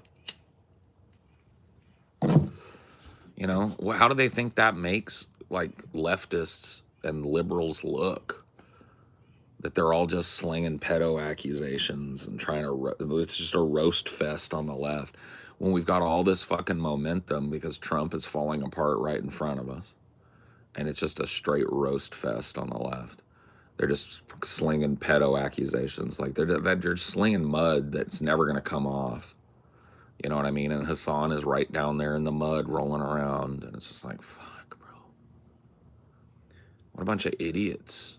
Like, what a gaggle of morons. It's like all these millionaires, too. All these millionaires who scalp their millions by talking politics. You know what? I'll give Destiny this. He goes into the world. He does door knocking shit. He, like, you know, goes out and does debates. He travels around. I think they supported some senatorial and gubernatorial campaigns. You know what I mean? Like, I may not agree with his more like liberal stance on shit, but the dude backs his fucking political talk with some political action and he spends his money to do it. And I appreciate that from him, if nothing else. But these other two dudes, bro, like, I don't know, maybe I'm missing it, but I feel like Hassan goes to like music festivals and when he goes anywhere. You know what I mean? He goes out in the world and like sits on his fucking Lamborghini and like does fashion pictures and magazine interviews and photo shoots and shit. None of that fucking helps anybody. You know what I mean? None of that what I call like leftism. And so it's like, okay. And he's really the only one that I would look to do it because his politics are closer to what I believe, right? And he's definitely been pushing this be done with the DNC shit for a long time. And it's just like, man, because what this fucking movement needs is a multimillionaire with tons of reach that can start a movement, right? Start a third party and show people that it's not like an unviable option, right? Man, I would love that. I'd love to see that. But, you know, I think the money is just too good. Raking in the money, sitting there doing React content, doing fucking drama content, right? That's just too, the money's too good to turn away from it. And that's just sad to me. You know, not the, once again, not to pocket pat these motherfuckers, but let's be honest, we're dealing with multimillionaires. So this is a three-way cat fight between three leftist multimillionaires. It's like, fuck. Yeah, that looks great, fellas.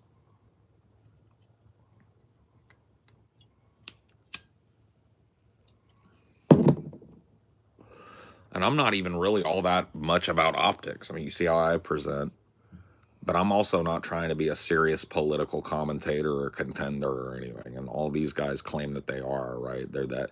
I mean, what we're talking about is pretty much, if you put Asmongold in there, he's involved in all this fucking retarded bullshit too. Those four people are the top of the leftist heap when it comes to online commentators and shit. Like, if you know of somebody on the left that's bigger than Destiny, Hassan, Ethan, and Asmongold, which I don't think he's on the left, but like, those are your political streamers, right? That are nominally left.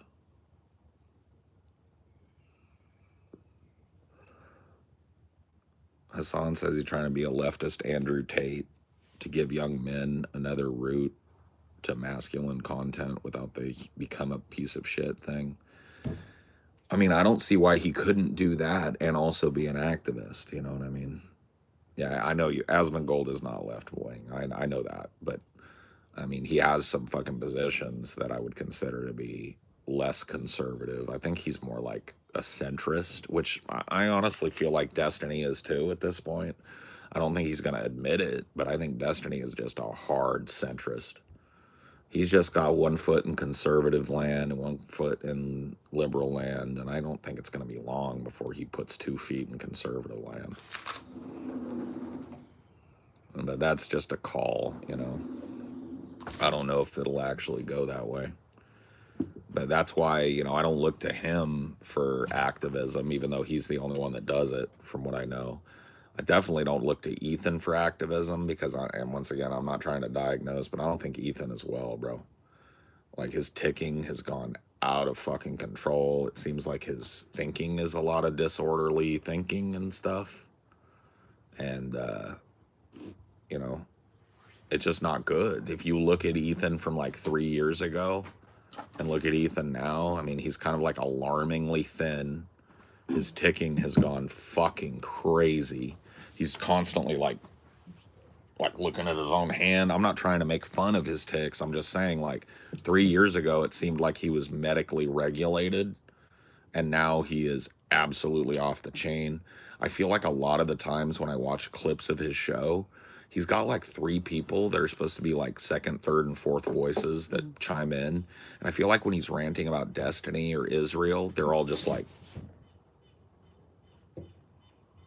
because like they know they can't tell him, like they can't contradict him, but they also don't want to be on record participating in the pedo jacketing and weird shit that's going on in that community. So they just kind of sit there like,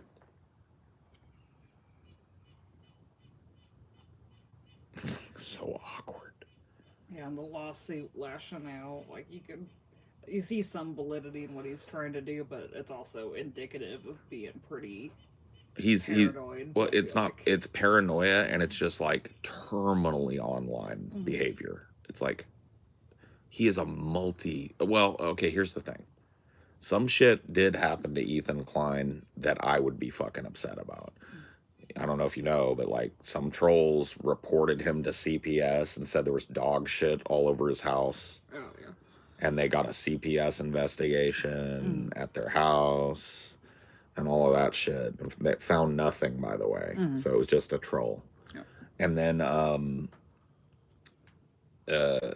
somebody apparently sent like a human skull to them in the mail. Am I right about that, guys? They sent human skulls to them, or like model skulls, but the implication was they were like Jewish skulls or something. I don't fucking remember. Can somebody tell me this shit? I cannot. I was not as familiar with that because that was a while ago that happened. Yeah.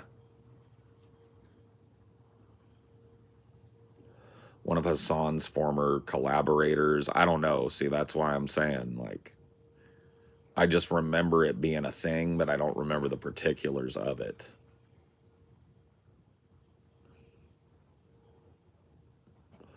And so that's real world shit that I would be pretty pissed off about, and I would like that's why he's filing these lawsuits. It's not just because they're talking shit. It's because like these snark communities supported all of this shit. And he believes that maybe even they took part in the reporting and they took part in the fucking, planning of it and shit. And so I totally support him suing the fuck out of the snark communities because they, it's one thing to keep it online, but you see, like, even in a smaller snark community, they have trouble doing that, right? Even in our snark community, they like to step into people's real lives to get their goat. So he claims that he received the skulls around the same time CPS came and that he reported it to the FBI. But some people are thinking that he was using some hot sauce trying to get more sympathy. It does seem like a fucking confirmation of an investigation or anything that came. Yeah, like if somebody sent him human skulls in the mail, the FBI would fucking find who sent those skulls. Like, you're not allowed to trade human body parts across state lines and shit. They'd track that package right back to its origin, and they'd start finding out who has access to that type of shit, and they'd find somebody. So I don't believe. I mean, I think it's plausible that he poured a little hot sauce on it, and maybe he poured hot sauce on this CPS allegation too. Maybe they just came, door knocked, did a quick walkthrough, and were like, "Sorry to bother you." Because he claims they were super invasive. They took each kid alone to talk to them and stuff. Well, And that's kind of what CPS does, regardless of the. that's why I allegedly. believe I tend to believe the CPS story more than I believe the skulls. But I don't know, man. I don't put it past these fucking trolls though, because like I said, even in our tiny little snark community, these motherfuckers can't help but reach into people's real lives. It can't ever be about just what we say. It's like, that's not getting their goat enough, so let me dox somebody, let me fucking pedo jacket, let me do this, that, and the other.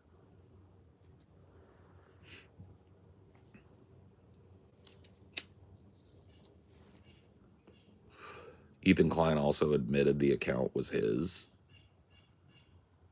What account was his? Oh, there's some other, like, someone dug up a Reddit account. Yeah. There's a Reddit account called Pedo Troll or something. I saw that because I follow Destiny, and Destiny just like posted all of it the other day. Had a whole full ass 24-hour meltdown because once again, his sexual behavior has impinged upon his fucking so he's trying to career point again. to the person that's Right. calling him out and trying Right. to find something to call him And out so a for. lot of the people that were being nice to Destiny have got a gut full of standing up for him and then finding out another fucking horrible thing he did or another suspect thing he did, right? And blah, blah, blah, blah, blah. And so, like, I get it, but why don't you just publicly cut ties and move on with your fucking life? Yeah, trying to do the fight fire with fire shit is just... And I believe Destiny is the one that looks the worst out of all of them because of it. Because dude, that was a full meltdown on Twitter. Well, like, and he had 2 or 3 streams where he's melting down about it, and it just like... The only thing he has on Ethan is words. Well, that's the thing, is it's like, and he's being investigated for receiving nudes from a 17-year-old and knowingly having that shit, and on top of that, he's being sued for revenge porn, and you know what I mean? And none of this shit would be happening to him if he was just more selective about fucking people. Yeah. Like, I'm not even trying to be a moralist. He could fuck as many people as he wanted. It's like, have a life outside of your work. Because it's like, don't shit where you eat. Is like, that's why I never fucked any of the girls that I worked with when I was in Starbucks. It's not like I couldn't have. Just like, don't shit where you eat. Don't create drama in your workplace. And that's what he's done over and over. And it's like compulsive with him. He meets a fucking BPD chick from fucking Discord. He brings her on his stream. He flies her out, fucks her, you know, films it. And then later on, some fucking bullshit happens and he doxes a picture of his dick. It's just like he's ruined any ability for him to ever be serious politically. And I could see a 45-year-old, 50-year-old Destiny running for office if he didn't have all this shit. But he'll never get higher than a city councilman in a tiny little Nebraska town or some shit. He'll never rise above that. And I don't think he'll be able to do any of the things he was talking about the last time I talked to him a year ago, which was like, I want to build a coalition. I want to like fund a campaign. I want to get some fucking do some actual real. I don't think any campaign is going to hire the dude with fucking rape allegations and all of this shit. Well, not rape, I guess, but like revenge porn. And well, I guess it would be technically statutory. Well, like, they didn't consent to the filming. I think is the implication. Well, there's some of them, but one of them, this latest one is just like he was on Discord with a girl who straight out apparently told him a lie, but he did no due diligence to like have her prove it. Sent him a bunch of nudes, and then now somebody doxed her, including her birthday, and people have done the math from when he was talking about sending nudes to this girl, and she was 17. And then he sent DMs to a dude named Willie Mack, because he's like a drama farmer guy, and he was in good enough with Destiny that Destiny's been on his show to answer some of these allegations. So he sends him a DM. He's like, so what's up with this Rose chick being 17? He goes, yeah, I don't know. You know, she told me she was 19. He's like, well, do you have like, and then I guess Destiny just unsolicited sent him a picture, like a frame from a video, and it to show that something happened on a date or something. He was like, wait a minute, is that a still from the video? Do you have that video? And Destiny's answer was, depends why you're asking. And he's like, well, you know, and then Destiny goes, yeah, I have it. I had to keep all that shit for discovery in my case. And I was like, there is no way your lawyer told you to keep child porn on your case, on your computer, or possible child pornography. And so, like, it's wild. And so this Willie Mack guy dropped those DMs and actually called the cops and reported him. And so now there's an investigation. It's just another fucking giant stain because he can't keep his cock in his pants in his own community. And it's not even about moralizing about him fucking so many kids. Or, you know, like not kids, but like young people in his community. Right? To me, a 19, 20-year-old is a fucking kid. But whatever. I'm not trying to imply pedo shit, but I'm just saying. It's like, dude, if you're a big ass streamer and some hot little broad wants to send you shit, it's like the first pic you need to send me is your driver's license, hon. Yeah, I think either that's all it takes. You would either ask me for my ID or you had like done a background check on me or something to double check, one of the two. Yeah, no, I didn't do like a deep dive in you on your shit. But I did make sure that you were telling me the truth about your birthday and stuff. And I think somebody did the same to me, right? Or maybe not. Somebody in your family? No, that was my ex. Oh, your ex looked into me? No. I mean, my family looked into my ex. Oh, okay. Got you. But no, they didn't go out of their way to look you up. Or okay. No. Well, there's a lot about me online for them to comb through. So they probably... I imagine, because they're pretty internet savvy people. They probably went and watched me. But now that they've met me, they know I'm a fucking good guy. But the whole point being is, like, you do your due diligence, right? Well, here's the thing. There were things that you proved to me that you couldn't be under 18. It was like you took pictures at Amazon on your breaks. Like, you can't be 16 working at Amazon as a warehouser. So there were things, and then you told me like about your college and so there was just like a lot of corroborating stuff. I did one of those like $15 look me up things to make sure you existed as who you told me you were, basically. But you do your due diligence in that shit. Well, like when I first got together with my ex, that was what he asked for, was my ID. I mean, that's probably smart. But you know what I mean? Because I was closer to that line when I got together with my ex. Sure, yeah. But here's the thing, though. I may not have been as careful as I could have been when we met at first. But I also am not out there in that community just fucking soliciting it all the time, right? And so the chances of me being approached by a 16-year-old and me not fucking knowing it is pretty slim because I don't put myself out there that way. I'm not involved in that side of the content creator there. Once again, though, I'm not trying to hold myself up as some example. I'm just saying, I feel like that dude could have fucked his way through half of the world and been fine. But he had to film it. He had to share those films with other people. He had to pull these people out of his own community and fuck them. He had to use his fame to get them. Right? Yeah. Fucking ruined them. Ruined them.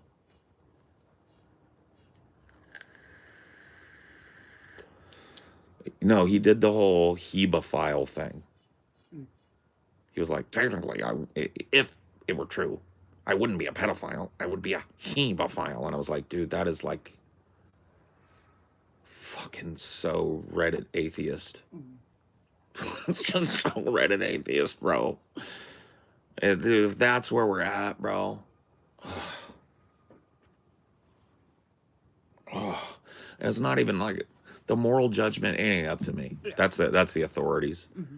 But like what I'm judging is like, man, dude was meteoric. Dude could have been a political force for what he believes, and all it was just sexual impropriety. It's like, fucking, I don't understand that, but I'm also not a sex addict. You know what I mean? I can understand somebody ruining their fucking career for heroin, and from what I understand, sex addiction is the same thing, right? People will just pursue it, even though they know intellectually, like, there's no way I should stick my dick in this chick. They do it because they just can't, it's compulsive, right? Like, because I don't believe for a second nobody ever told Destiny, don't stick your dick in crazy. Don't fucking be careful who you're fucking. Like, he's not a retard. He's an adult. And he's a very smart adult too. So I don't believe for a fucking second he doesn't know this shit. But he's just compulsively doing it. I don't think he'll ever admit it's a sex addiction, but it has to be. There's nobody destroys their life over sex because they're horny.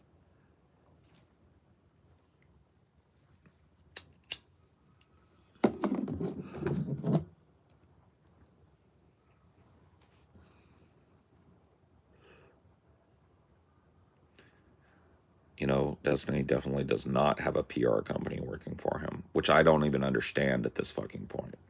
Dude is, once again, he's a multi-millionaire. Paying a PR company $2,000 a month would be like, he wouldn't even notice it.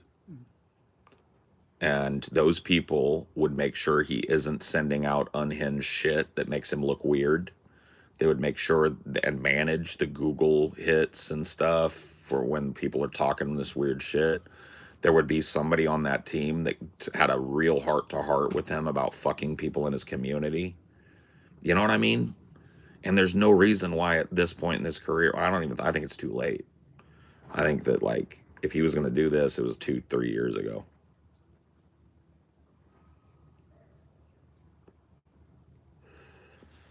Yeah, no, I get you, but it's more like the current president having 40 SA allegations, and there was a bunch against the last president too. You know what I mean?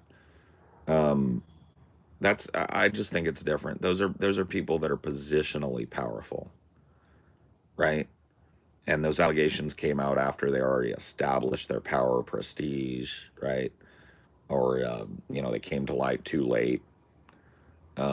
Destiny is not a political contender, and he's already got all this fucking weirdo bullshit on his name. So he's like, I would imagine, if I was like you got to put yourself in people's shoes. Let's say I was running a Democratic campaign and Destiny was like, dude, I want to be your campaign manager and I want to do this. I'd be like, no thanks. Like, I appreciate, like, I'll come on your show, maybe you can interview me and stuff, but I don't want your name tied to mine. You know, and here's why. I just think it would sink your fucking campaign.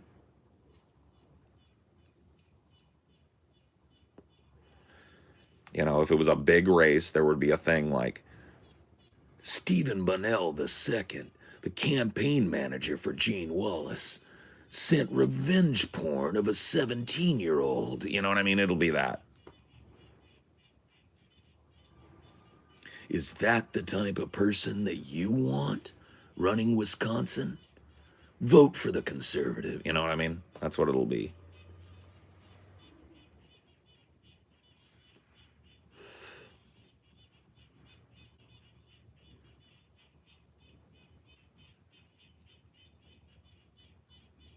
Yeah, the attack ads just write themselves, bro.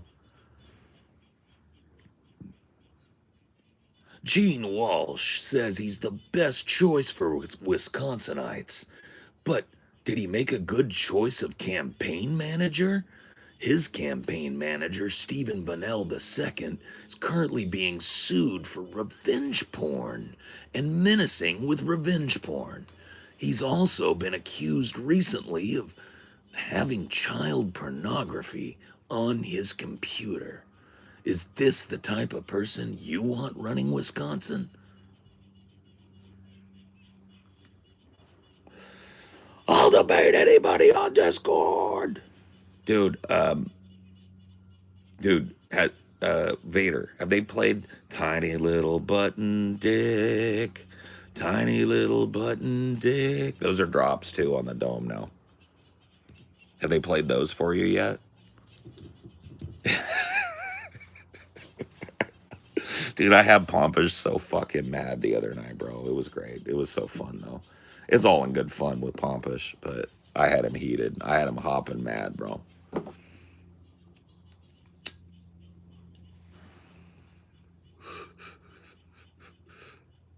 Good shit, bro.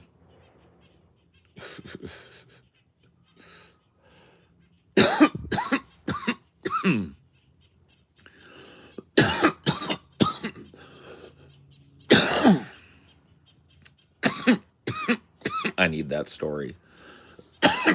Well, I did. I don't really like making content out of the dome. I if there's somebody from the dome in here that talks to me about something in the dome, I'll mention dome stuff with them. I don't really like, but I don't like take stories about people from the dome and bring them into my content because, for one thing, I told the guy that runs it that I don't do that. I'm not a recorder of conversations, and it's not my intent to content farm the dome, and so I don't do that. But I will tell you that we could have Vader throw up a link right now. You could join the dome if you want. But don't be forewarned. There are only really two rules at the dome: no hard R and no pedo jacketing without proof. Everything else is fair game over there. So if you're a sensitive person, don't go. But there you go. There you go. Thank you, Vader. He just threw up a link. If that sounds like something you'd be interested in, you could do no better than the dome. I really do like it over there, man. Bless, bless.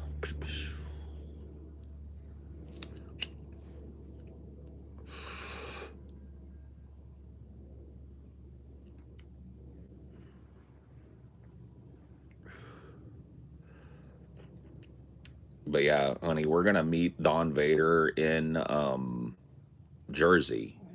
Yeah. I think he's gonna come and eat that Reuben sandwich with us.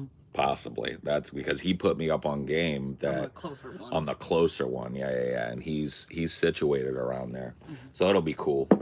I can't wait to meet Vader because he's a chill cat, and I hope I get to meet Cigarette at some point too because I'm gonna really try and sell guys on a mid-year Missouri meetup. Yeah. Oh, do you want to mute for a second? Yeah, I'll mute up.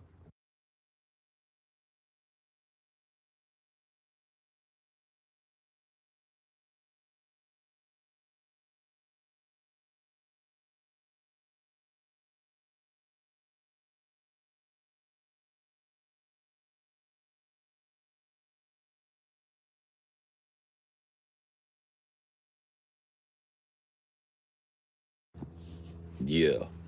All right. Sorry, guys. A little fucking secret information that cannot be fucking. You plebs can't handle the secret information. You just can't. Can't be done.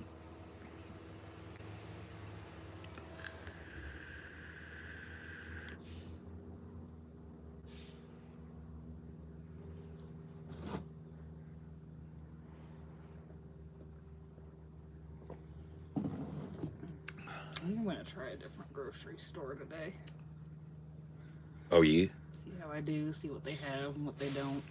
Yeah. I mean, there's no reason why you shouldn't check out what we got available around here. Well, because the nice thing is one of them is actually open 24 hours. So one of the very few that are still open 24 hours. So you could technically, if you were just like if I'll check it out at a normal time today. But if they got enough stuff, then I can shop at fucking midnight or whatever. Whenever, yeah. If you were just fucking like got a wild hair up your or ass, if I'm just having insomnia. Yeah, you just can't sleep. It's 2 a.m. and you just want to get it done. Fucking, you could just go. Yeah, that's based. I didn't know we had a 24 around here.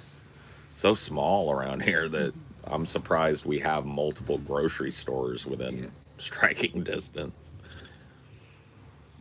Will I get roasted at the dome for my profile picture, or what is usually talked about?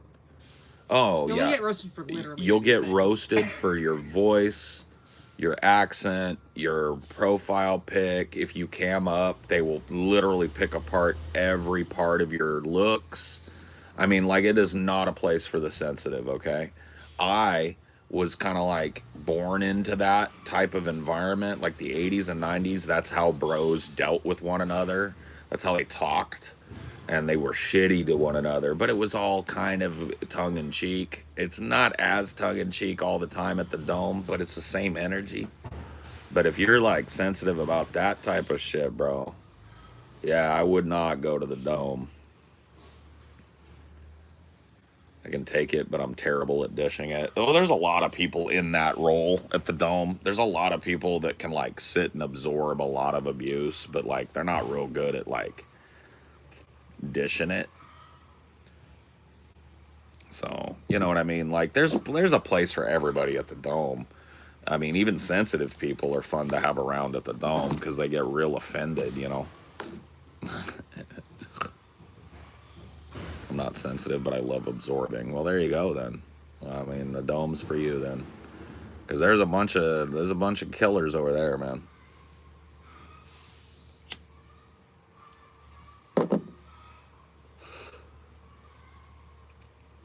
Yeah, a bunch of killers over there. But also chillers too. You know what I mean? Killers and chillers.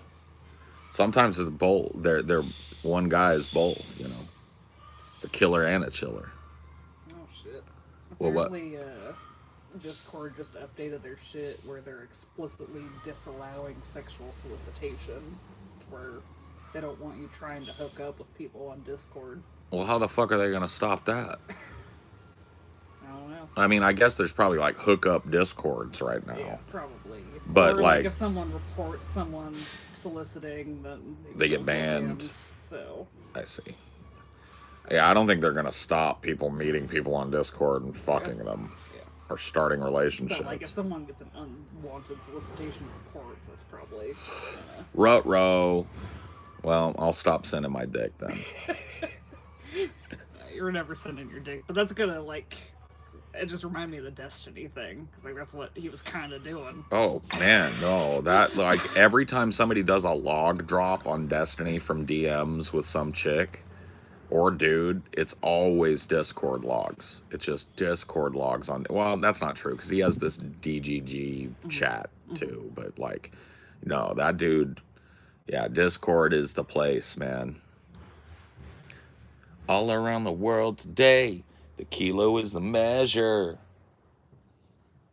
A kilo is 1,000 grams. It's easy to remember. Well, yeah, they're clarifying that like no paid exchange. Oh, well, it's just escorts and Yeah. whatever. That's a nothing burger. All around the world today, kilo is the measure. I haven't joined a voice channel there yet, but they basically come off as a snark community to me. I mean, there's definitely some snarker stuff, but it's more a blood sports community. There's all kinds of political beliefs over there. So there's politics arguments, and then there's just the standard schoolyard bully type of shit, which I love, by the way. I love doing that shit.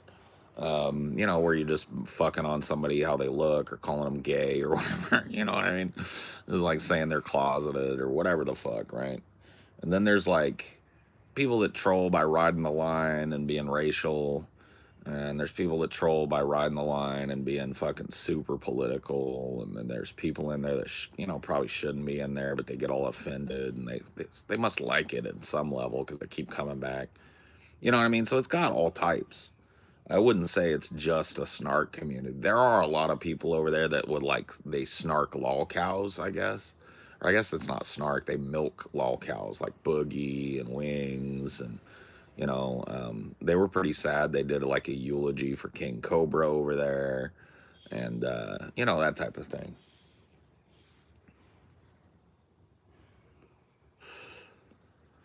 All around the world today, kilo is the measure.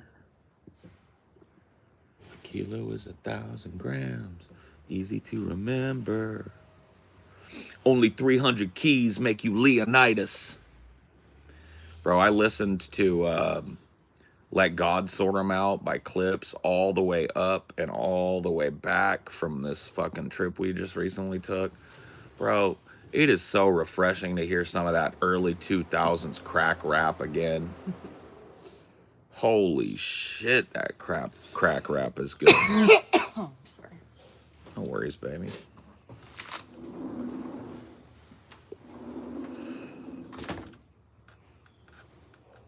Those that cannot do, teach. I don't like that type of shit.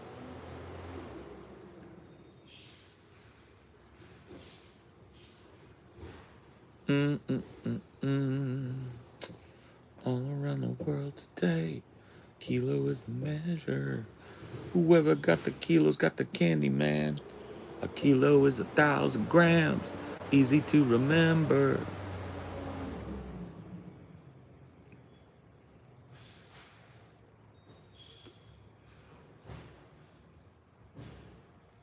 I'm from Virginia, where ain't shit to do but cook. What genre of tube videos has completely died out? Vlogging. Hey guys, it's me. I'm just hanging out today. Thought I would talk to you about, well, leaves, of all things. It's fall here, and the leaves are starting to change colors. And well, I just love that.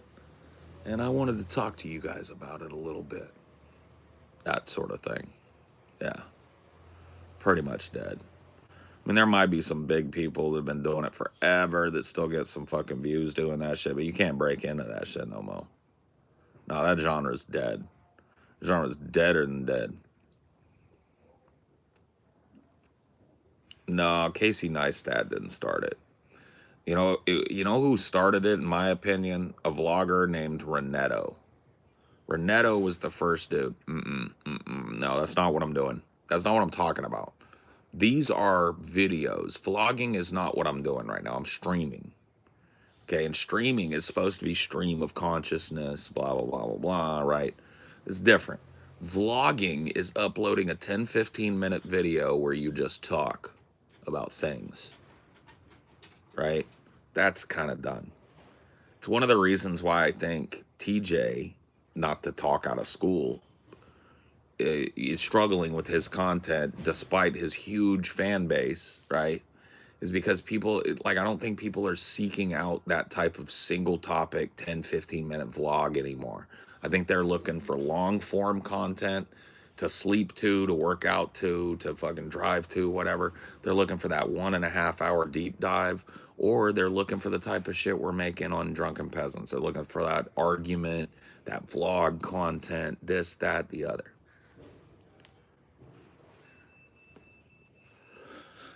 All around the world today, kilo is the measure. DP. Oh, yeah, dude. Some habits. Dude, one of the things I always shake my fist at us about is like, why did we pick another D name? Dude, there are so many letters we could have chosen. And we did another D name so that the fucking acronym is D something something, right? It's like, fuck. So that happens like once a week for me. I'll be like, you know, yeah, on DP. And I was like, wait a minute, fucking DFF. Dude, I swear to God, we didn't even think about it. And then like that first week, I think if you go back to our first couple of shows, we called the show DP like 9 times. And we realized like, what the fuck did we do, man? We created a monster. And look at it, dude, all these fucking years later, and I still fuck it up, bro. It was one of those things, bro. For me too, I think it's like part of it's probably just habit and my fucking brain being a stoner, and part of it's like that show was super important to me, man. You know, it's where I made my bones, baby. Well, I mean, I guess I made my bones on my own channel, but it's where I've got flesh on my bones, man. All around the world today, kilo is the measure. Kilo is 1,000 grams. It's easy to remember. Man, this one's cached, bro. I don't know why I'm trying to like that little bitch, because it's cashed out, bro. And you know what else is cashed out? My battery. So it's time for me to go. Fuck you, and I'll see you later. Bye-bye.